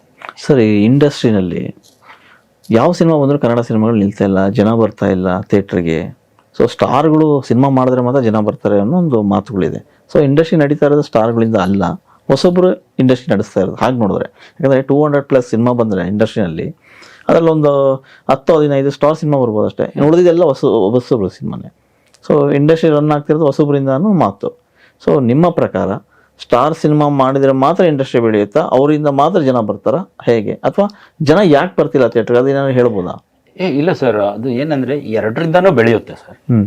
ಇವಾಗ ನೋಡಿ ಸರ್, ಜನಕ್ಕೆ ಚೆನ್ನಾಗಿರೋದಷ್ಟೇ ಬೇಕು. ಇವಾಗ ಕಂಟೆಂಟ್, ಇವಾಗ ನೋಡಿ, ಇವಾಗ ಒಂದು ಫಿಲ್ಮ್ ಬಂತು ಮಂಜುಮೆಲ್ ಬಾಯ್ಸ್ ಅಂತ, ಮಲಯಾಳಂ ಆವೇಶಂ ಅಂತ ಒಂದು ಬಂತು. ನಮಗೆ ಆ ಫಿಲ್ಮ್ ಅಲ್ಲಿ ಯಾರು ಮಾಡಿದಾರೆ ಗೊತ್ತಿಲ್ಲ ಸರ್, ಫೈನಲಿ ರಿಸಲ್ಟ್ ಗೊತ್ತಿಲ್ಲ ಸರ್. ನನಗೆ ಡೈರೆಕ್ಟರ್ ಯಾರು ಅಂತ ಗೊತ್ತಿಲ್ಲ, ಆಕ್ಟರ್ಸ್ ಯಾರು ಅಂತ ಗೊತ್ತಿಲ್ಲ, ಭಾಷೆ ಯಾವ್ದಂತಾನೆ ಸರಿಯಾಗಿ ಗೊತ್ತಿರಲ್ಲ. ಆದ್ರೆ ಬ್ಯಾಂಗ್ಳೂರಲ್ಲಿ, ಕರ್ನಾಟಕದಲ್ಲಿ ಅದು ಸುಮಾರು ಕೋಟಿಗಳಷ್ಟು ಬಿಸ್ನೆಸ್ ಮಾಡ್ತು. ಯಾಕೆ ಸರ್? ಅಲ್ಲಿ ಸ್ಟಾರ್ಗಳ ಕಂಟೆಂಟ್ ಗೊತ್ತಿಲ್ಲ ಅಲ್ವಾ? ಸ್ಟಾರ್ ಇಲ್ಲ ಅಲ್ಲಿ, ಅಲ್ಲ ನಮಗೆ ಗೊತ್ತೇ ಇಲ್ಲಲ್ಲ ಅವ್ರು ಯಾರಂತ ಗೊತ್ತಿಲ್ಲ. ಆದ್ರೆ ಕಂಟೆಂಟ್ ಅಂತ ಒಂದು ಮೇಕಿಂಗ್ ಅಂತ ಚೆನ್ನಾಗಿ ಅನ್ಸಿದ್ರೆ, ಕತೆ ಹೇಳೋ ವಿಧಾನ ಜನ ಮನಸ್ಸು ಮುಟ್ಟಂಗಿದ್ರೆ ಬರ್ತಾರೆ ಸರ್. ಸಿನಿಮಾ ನೋಡ್ಬೇಕಂತ ಕಾಯ್ತಿರೋರು ಲಕ್ಷಾಂತರ ಜನ ಇದಾರೆ ಸರ್. ಬಟ್ ಹಾಗಾದ್ರೆ ನಿಮ್ಮ ಪ್ರಕಾರ ಕನ್ನಡದಲ್ಲಿ ಆ ತರದ ಕಂಟೆಂಟ್ ಸಿನಿಮಾ ಬರ್ತಿಲ್ಲ? ಹಂಗಲ್ಲ, ಈಗ ಏನಾಗುತ್ತೆ ಸರ್, ಕಾಂಪಿಟೇಷನ್ ಏನಾಗಿದೆ. ಮೊದಲು ಇದು ಎಲ್ಲಾ ಭಾಷೆಗೂ ತಲುಪ್ತಾ ಇರ್ಲಿಲ್ಲ ನನ್ನ ಅನಿಸಿಕೆ ಇದು. ಓಕೆ, ಏನೋ ಕನ್ನಡದವರು ಕನ್ನಡದಲ್ಲಷ್ಟೇ ಕಾಂಪೀಟ್ ಮಾಡ್ಬೇಕಿತ್ತು. ಕರೆಕ್ಟ್. ಈಗ ಹಂಗಿಲ್ಲ ಸರ್, ಕನ್ನಡದವರು ನೇಷನ್ ವೈಡ್ ಕಾಂಪೀಟ್ ಮಾಡ್ಬೇಕು ಸರ್. ಈಗ ನಿಮ್ಗೆ ಆರಾಮಾಗಿ ಮರಾಠಿ ಸಿನಿಮಾ ಬರುತ್ತೆ, ಕರೆಕ್ಟ್, ಕನ್ನಡದಲ್ಲೇ ಬರುತ್ತೆ. ಕುತ್ಕೊಂಡು ಮೊಬೈಲ್ ಕನ್ನಡದಲ್ಲಿ ಬರುತ್ತೆ. ನೀವು ಅದಕ್ಕಿಂತ ಚೆನ್ನಾಗಿ ಮಾಡ್ಬೇಕು. ಏನಂದ್ರೆ ಇಲ್ಲಿ ಚಾಲೆಂಜ್ ಜಾಸ್ತಿ ಆಗಿದೆ, ಮತ್ತೆ ಜನರುಗಳ ನಿರೀಕ್ಷೆ ಬೇರೆ ತರದ ಆಗಿರೋದ್ರಿಂದ ನಾವು ಸ್ವಲ್ಪ ಚೆನ್ನಾಗೇ ಮಾಡ್ಬೇಕು. ಯಾರು ಕೂಡ ಸರ್ ಚೆನ್ನಾಗಿಲ್ದೇ ಇರೋದನ್ನ ಅಥವಾ ಸಾಕಾಗದೇ ಇರೋದನ್ನ ಅಷ್ಟೊಂದು ಆತ್ಮೀಯವಾಗಿ ಅಪ್ಕೊಳ್ಳಲ್ಲ. ಚೆನ್ನಾಗಿದ್ರೆ ಬಿಡೋದೇ ಇಲ್ಲ ಸರ್. ಸ್ಟಾರ್ಗಳು ಆಲ್ರೆಡಿ ಎಲ್ರಿಗೂ ಹತ್ರ ಆಗಿರ್ತಾರಲ್ಲ, ಹಾಗಾಗಿ ಅವ್ರಿಗೆ ಆಗಿದ ಒಂದು ಪ್ರೇಕ್ಷಕ ವೃಂದ ಇರ್ತದೆ, ಅಭಿಮಾನಿಗಳು ಇರ್ತೀವಿ, ಅವ್ರು ಗೆಲ್ಲಿಸ್ತಾರೆ ಸರ್. ಖಂಡಿತ ಸ್ಟಾರ್ಗಳ ಸಿನಿಮಾ ಮಾಡ್ಬೇಕು ಸರ್. ಅವರು ಚೆನ್ನಾಗಿರೋ ಸಿನಿಮಾಗಳು ಮಾಡ್ಬೇಕು. ಅವ್ರಿಗೆ ಗೊತ್ತಿರುತ್ತೆ ಸರ್, ಅವ್ರು ಏನ್ ಸುಮ್ನೆ ಇರಲ್ಲ ಸರ್, ಸುಮ್ನೆ ಸ್ಟಾರ್ಗಳು ಆಗಿರಲ್ಲ, ಎಲ್ಲ ಹೃದಯ ಗೆದ್ದೆ ಸ್ಟಾರ್ ಆಗಿರ್ತಾರೆ. ಸೊ ಹಂಗಾಗಿ ಎಲ್ಲಾನು ಇಂಪಾರ್ಟೆಂಟ್ ಸರ್. ಇಲ್ಲಿ content important, stars important, making important, publicity important, ಎಲ್ಲದಕ್ಕಿಂತ ಇಂಪಾರ್ಟೆಂಟ್ ಪ್ರೊಡ್ಯೂಸರ್ ಬೇಕು. ಎಲ್ಲಾನು ಇಂಪಾರ್ಟೆಂಟ್ ಸರ್. ಹೌದು ಹೌದು. ಎಲ್ಲಾನು ಇಂಪಾರ್ಟೆಂಟ್ ಆಗತ್ತೆ. ಸೊ ಒಟ್ಟ it is a team work. ಎಲ್ಲ ನಾವೀಗ ಸುಮಾರು ಸಿನಿಮಾಗಳು ನೋಡಿದ್ವಲ್ಲ, ಹುಡುಗರದ್ದು ಯಾವುದು, ಮಂಜು ಮೇಲ್ ಬಾಯ್ಸ್, ಅಲ್ಲಲ್ಲ ಕನ್ನಡದು, ಮುಸ್ತಫಾ, ಡೇರ್ ಡೆವಿಲ್, ಒಳ್ಳೆ ಪ್ರಯತ್ನಗಳವೆಲ್ಲ. ಓಟು ಅಂತ ಫೋಟೋ ಒಳ್ಳೆ ಕಾದಂಬರಿ ಹಿಡ್ಕೊಂಡ್ ಮಾಡಿ ಓಟು ಅಂತ ಒಳ್ಳೆ ಪ್ರಯತ್ನಗಳವೆಲ್ಲ. ಫೋಟೋ ಅಂತ ಒಂದು ಸಿನಿಮಾ, ಆಮೇಲೆ ಯಾವ್ದು ಶಾಕಾಹಾರಿ ಅಂತ ಶಾಕಾಹಾರಿ ಅಂತ ಒಳ್ಳೆ ಸಿನಿಮಾ, ಒಳ್ಳೆ ಸಿನಿಮಾ. ಪ್ರಯೋಗಗಳು ಪ್ರಯೋಗ ಇದೆ ಈಗ, ಮೊದ್ಲಿಗಿಂತ ಈಗ ತುಂಬಾನೇ ಪ್ರಯೋಗ ಇದೆ. ಅಂಡ್ ಕನ್ನಡ ಇಂಡಸ್ಟ್ರಿ ಬಹಳ ರೀಚ್ ಆಗ್ಬಿಟ್ಟಿದೆ. ಹೌದು, ಟೆಕ್ನಿಕಲ್ ವಿಚಾರದಾಗೂ ಟೆಕ್ನಿಕಲಿ ಎಲ್ಲಾದ್ರಲ್ಲೂ ಅಷ್ಟೇ ಬಹಳ ಬಹಳ ರೀಚ್ ಆಗಿದೆ. ಸರ್, ಈಗ ನೀವು ಸಿರಿ ಮೇಡಮ್ನ ಮದುವೆ ಆಗಬೇಕು ಅಂತ ಹೊರಟಾಗ ಫ್ಯಾಮಿಲಿ ವಿಚಾರಕ್ಕೆ ಬರ್ತದೆ. ಅವಾಗ ನಿಮ್ದು ಫ್ಯಾಮಿಲಿ ಕೂಡು ಕುಟುಂಬ ಅಂದ್ರೆ ಮನೇಲಿ ನೀವೇ ಲಾಸ್ಟ್ ಅಂತ ಅನ್ಸುತ್ತೆ. ಸೊ ನಿಮ್ ಬ್ರದರ್ಸ್ ರಿಯಾಕ್ಷನ್ ಆಗಿತ್ತು, ಅಮ್ಮನ ರಿಯಾಕ್ಷನ್ ಆಗಿತ್ತು ಸರ್? ಸರ್ ಹೇಳ್ಬೇಕಂದ್ರೆ ನಮ್ಮ ಮನೆಯಲ್ಲಿ ನಮ್ಮ ದೊಡ್ಡಣ್ಣನಿಗೂ ನನಗೂ 10 ವರ್ಷ ಡಿಫ್ರೆನ್ಸ್ ಇದೆ. ಓಕೆ. ನಮ್ಮ ದೊಡ್ಡಣ್ಣ, 2ನೇ ಅಣ್ಣ, 3ನೇ ಅಣ್ಣ, ಅಕ್ಕ, ಆದ್ಮೇಲೆ ನಾನು. ಸೊ ನಮ್ಮ ಅಕ್ಕಂಗ ನನಗೂ 5 years ಗ್ಯಾಪ್ ಇದೆ. ಸೊ ನಾನೇನಂದ್ರೆ ಎಲ್ಲಾರ್ಗು ಚಿಕ್ಕವನ್ ತರಾನೇ ಸರ್. ಅವರು ಇವತ್ತಿಗೂ ನಮ್ಮನ್ನ ಚಿಕ್ಕವನ್ ತರಾನೇ ನೋಡ್ತಾರೆ. ನನಗೆ ಅದು ತುಂಬಾ ಖುಷಿ. ನನಗೆ ಇಂಥ ಬ್ರದರ್ಸ್, ಇಂಥ ಸಿಸ್ಟರು ಎಲ್ಲ ಇರೋದು ಬ್ಲೆಸ್ಡ್. ಆಕ್ಚುಲಿ ನಾವು ತುಂಬಾ ಕಡಿಮೆ ಜನಕ್ಕೆ ಸರ್ ಈ ತರ ಎಲ್ಲಾರು ಪ್ರೀತಿ ಮಾಡೋ ಹಬ್ಬ ಸಿನಿಮಾ ನೆನಪಾಗುತ್ತೆ. ಹೇಳಿ. ಮತ್ತೆ ನಮ್ಮ ತಂದೆಯವ್ರಿಗೆ ತುಂಬಾ ಇಷ್ಟ ಸರ್. ನಾನು ನಮ್ಮ ತಾಯಿಯವ್ರಿಗೆ ತುಂಬಾ ಇಷ್ಟ. ಮುದ್ದಿನ ಮಗ, ಚಿಕ್ಕವನಲ್ಲ. ಓಕೆ. ನಮ್ಮ ತಂದೆಯವರು ಯಾವಾಗ್ಲೂ ಎಜುಕೇಶನ್, ನಮ್ದು ಪೂರ್ತಿ ಸರ್ ಫಾರ್ಮರ್ಸ್ ಫ್ಯಾಮಿಲಿ. ನಮ್ ತಂದೆ ತಾಯಿ ಎಲ್ಲರೂ ಅಗ್ರಿಕಲ್ಚರ್, ನಮ್ದು ಮೇನ್ ಫಾರ್ಮಿಂಗ್. ನಮ್ದು ಗದ್ದೆ ಕೆಲ್ಸಾನೇ. ಎಲ್ಲರಿಗೂ ಎಲ್ಲ ಕೆಲಸ ಗೊತ್ತಿದೆ ನಮ್ಮನೆ. ಗದ್ದೆ ಕೆಲಸ, ವ್ಯವಸಾಯ. ಓದ್ಕೊಂಡು ಎಲ್ಲಾರು ಮಾಡಿ ಹಾಗೆ ಓದಿ ಮುಂದೆ ಬಂದಿದ್ದಾರೆ ಎಲ್ಲರೂ. ಇದ್ರ ಮಧ್ಯ ನಾನು ಒಂದು ಹೇಳಬೇಕು, ನಮ್ಮ ದೊಡ್ಡಣ್ಣ ಅವರು ಇದ್ದಾರೆ, ಕುಮಾರಣ್ಣ ಅವರು. ಅವರಿಂದ ತುಂಬಾ ಇನ್ಫ್ಲೂಯೆನ್ಸ್ ಆಗ್ಬಿಟ್ಟಿದ್ದೀನಿ ಸರ್ ನಾನು. ಅವರು ಸ್ಪೋರ್ಟ್ಸ್ ಅಲ್ಲಿ ಇಂಟ್ರೆಸ್ಟ್. ಅವರು ಈ ಪ್ಲೇಡ್ ಫಾರ್ ಏನು ಯೂನಿವರ್ಸಿಟಿಗೆ ಬ್ಯಾಡ್ಮಿಂಟನ್ ಪ್ಲೇಯರ್ ಆಗಿದ್ರು. ಮತ್ತೆ ಅವರು ಹೇಳ್ತಿದ್ ಸಾಹಿತ್ಯ ಆಸಕ್ತಿ, ಮತ್ತೆ ಒಂದು ಕಾಮಿಡಿ ಇದ್ದಾಗ ನಮ್ಮನ್ನ ಎನ್ಕರೇಜ್ ಮಾಡೋದು, ಬಂದಾಗ ಡಾನ್ಸ್ ಮಾಡಿಸೋದು, ಅಪ್ರಿಶಿಯೇಟ್ ಮಾಡೋದು. ನೀವು ನಂಬಲ್ಲ ಸರ್, ನನ್ಗೂ ಅವ್ರಿಗೆ 10 ವರ್ಷ ಡಿಫ್ರೆಂಟ್. ನನ್ಗೆ ಇನ್ನೂ ನೆನಪಿದೆ, ಅವ್ರು ನನ್ನ ಎತ್ಕೊಂಡು ಆಟ ಆಡಿಸೋದೆಲ್ಲ ಗೊತ್ತಿದೆ. ಅಂದ್ರೆ ತುಂಬಾ ಚಿಕ್ಕವನಲ್ಲ, ಅವ್ರು 5 ವರ್ಷ ಆದಾಗ್ಲೂ ನನ್ನ ಎತ್ಕೋತಾ ಇದ್ರು ಸರ್. ಅಷ್ಟು ಪ್ರೀತಿ ಸರ್ ನನಗೆ, ಅಷ್ಟು ಸಿಕ್ಕಿದೆ ಸರ್ ನನಗೆ. I am blessed actually. ಈ 2ನೇ ಅಣ್ಣವರು ಅವ್ರೊಂಥರ ಕರ್ಮಯೋಗಿ, ಅವ್ರ ಪಾಡಿಗೆ ಅವ್ರ ಕೆಲಸ ಮಾಡ್ತಾರೆ. ಈ ತರ ಒಂದು ಇರ್ತಾರ. ಇಲ್ಲ ಸರ್, 2ನೇ ಅಣ್ಣ ಟೊಯೋಟಲ್ ಇದ್ರು, ಈಗ ಇಲ್ಲೇ ಇದಾರೆ ಬ್ಯಾಂಗ್ಳೂರ್. 3ನೇ ಅಣ್ಣ ಅವರು ವ್ಯವಸಾಯ ಮಾಡಿಸ್ತಾರೆ ಊರಲ್ಲಿ. 4ನೇವ್ರ ಅಕ್ಕ ಸರ್. ಸೊ ಇಂಥ ಫ್ಯಾಮಿಲಿ ಮಧ್ಯ ನನ್ಗೆ ಏನಂದ್ರೆ ಸರ್, ವೆರೈಟಿ ಆಫ್ ನಾಲೆಡ್ಜ್ ಬಂದಿದೆ ಸರ್ ಆಕ್ಚುಲಿ. ನಮ್ಮನೇಲಿ ಎಲ್ಲ ಯಾವಾಗ್ಲೂ ಒಂದು ಓದುವಂತ ಒಂದು ಎನ್ವಿರಾನ್ಮೆಂಟ್ ಸರ್. ನಮ್ಮ ಅಣ್ಣ ಅವರು ಯಾವ್ದಾವ್ದೋ ಪುಸ್ತಕಗಳು ತರೋರು, ನಮ್ಗೆ ಅದ್ರ ಬಗ್ಗೆ ಅವಾಗ ಗೊತ್ತಿರ್ಲಿಲ್ಲ, ಸುಮ್ನೆ ಓದ್ತಾ ಇದ್ವಿ. ಬಟ್ ಇವಾಗ ಅದ್ರದ್ದೆಲ್ಲ ಗೊತ್ತಾಗ್ತಾ ಇದೆ.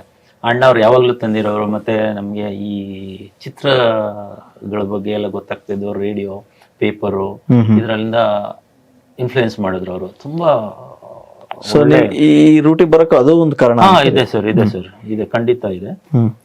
ಅದಾದ್ಮೇಲೆ ಇನ್ನು ನಮ್ಮ ತಾಯಿಯವರು ಹೋರಾಟಗಾರ್ತಿ ಸರ್. ಅವರು ಇವ್ನ ಮಾಡಿ ಮುಂದೆ ತರಬೇಕು ಅನ್ನೋ.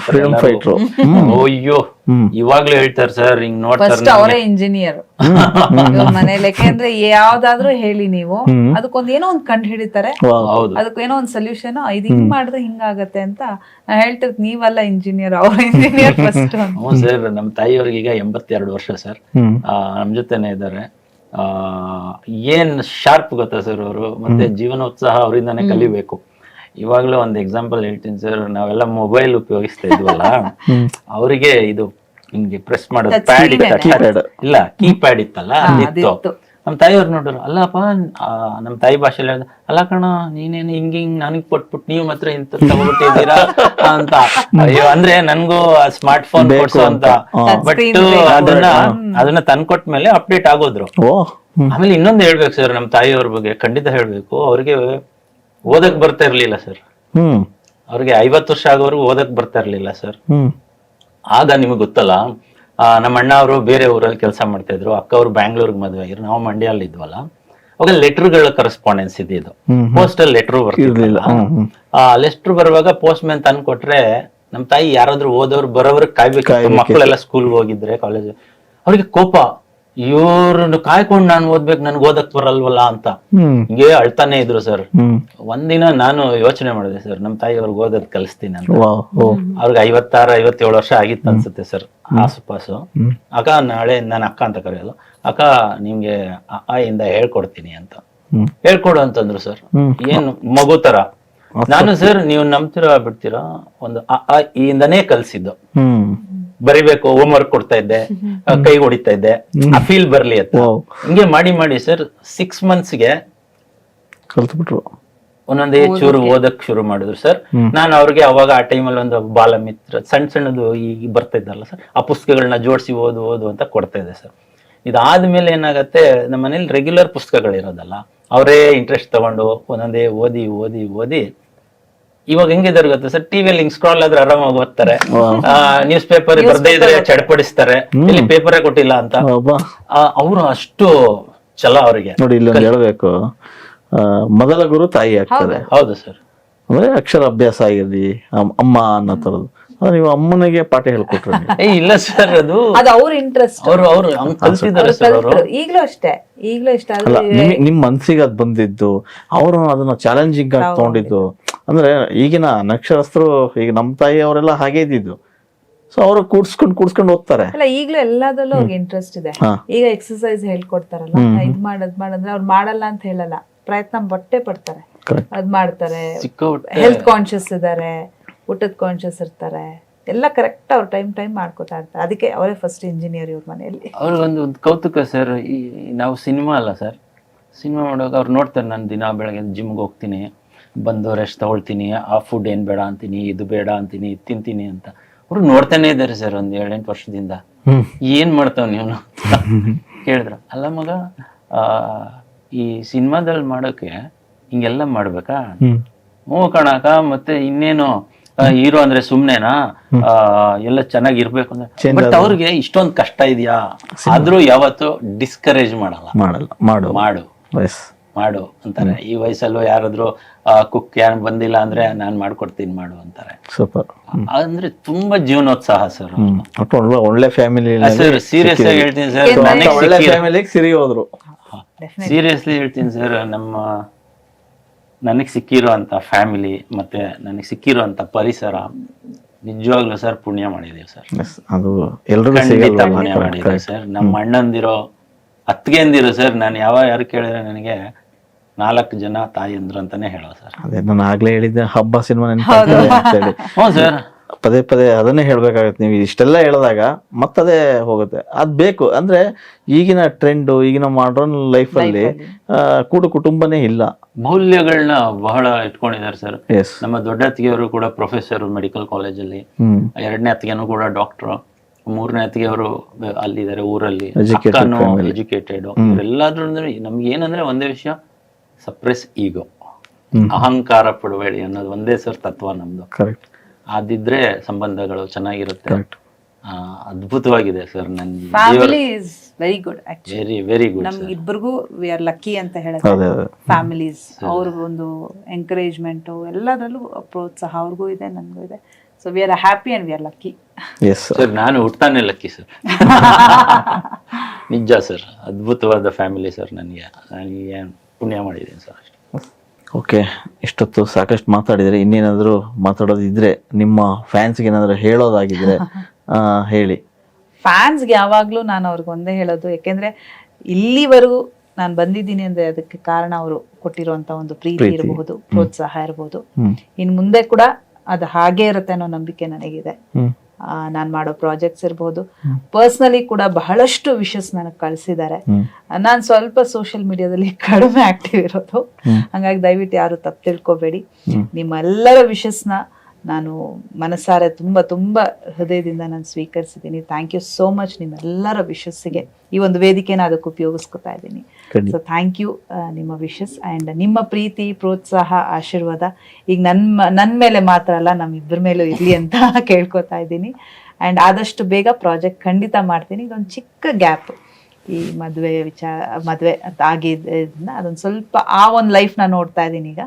ಸೊ ಅದಾದಮೇಲೆ ಖಂಡಿತ ಒಂದು ಒಳ್ಳೆ ಪ್ರಾಜೆಕ್ಟ್ ಮೂಲಕ ನಿಮ್ಮ ಮುಂದೆ ನಾನು ಮತ್ತೆ ಬರ್ತೀನಿ. ನಿಮ್ಮ ಒಂದು ಪ್ರೋತ್ಸಾಹ ಹಾಗೇ ಇರಬೇಕು ಅಂತ ಈ ಮೂಲಕ ಕೇಳ್ಕೊತಾ ಇದ್ದೀನಿ.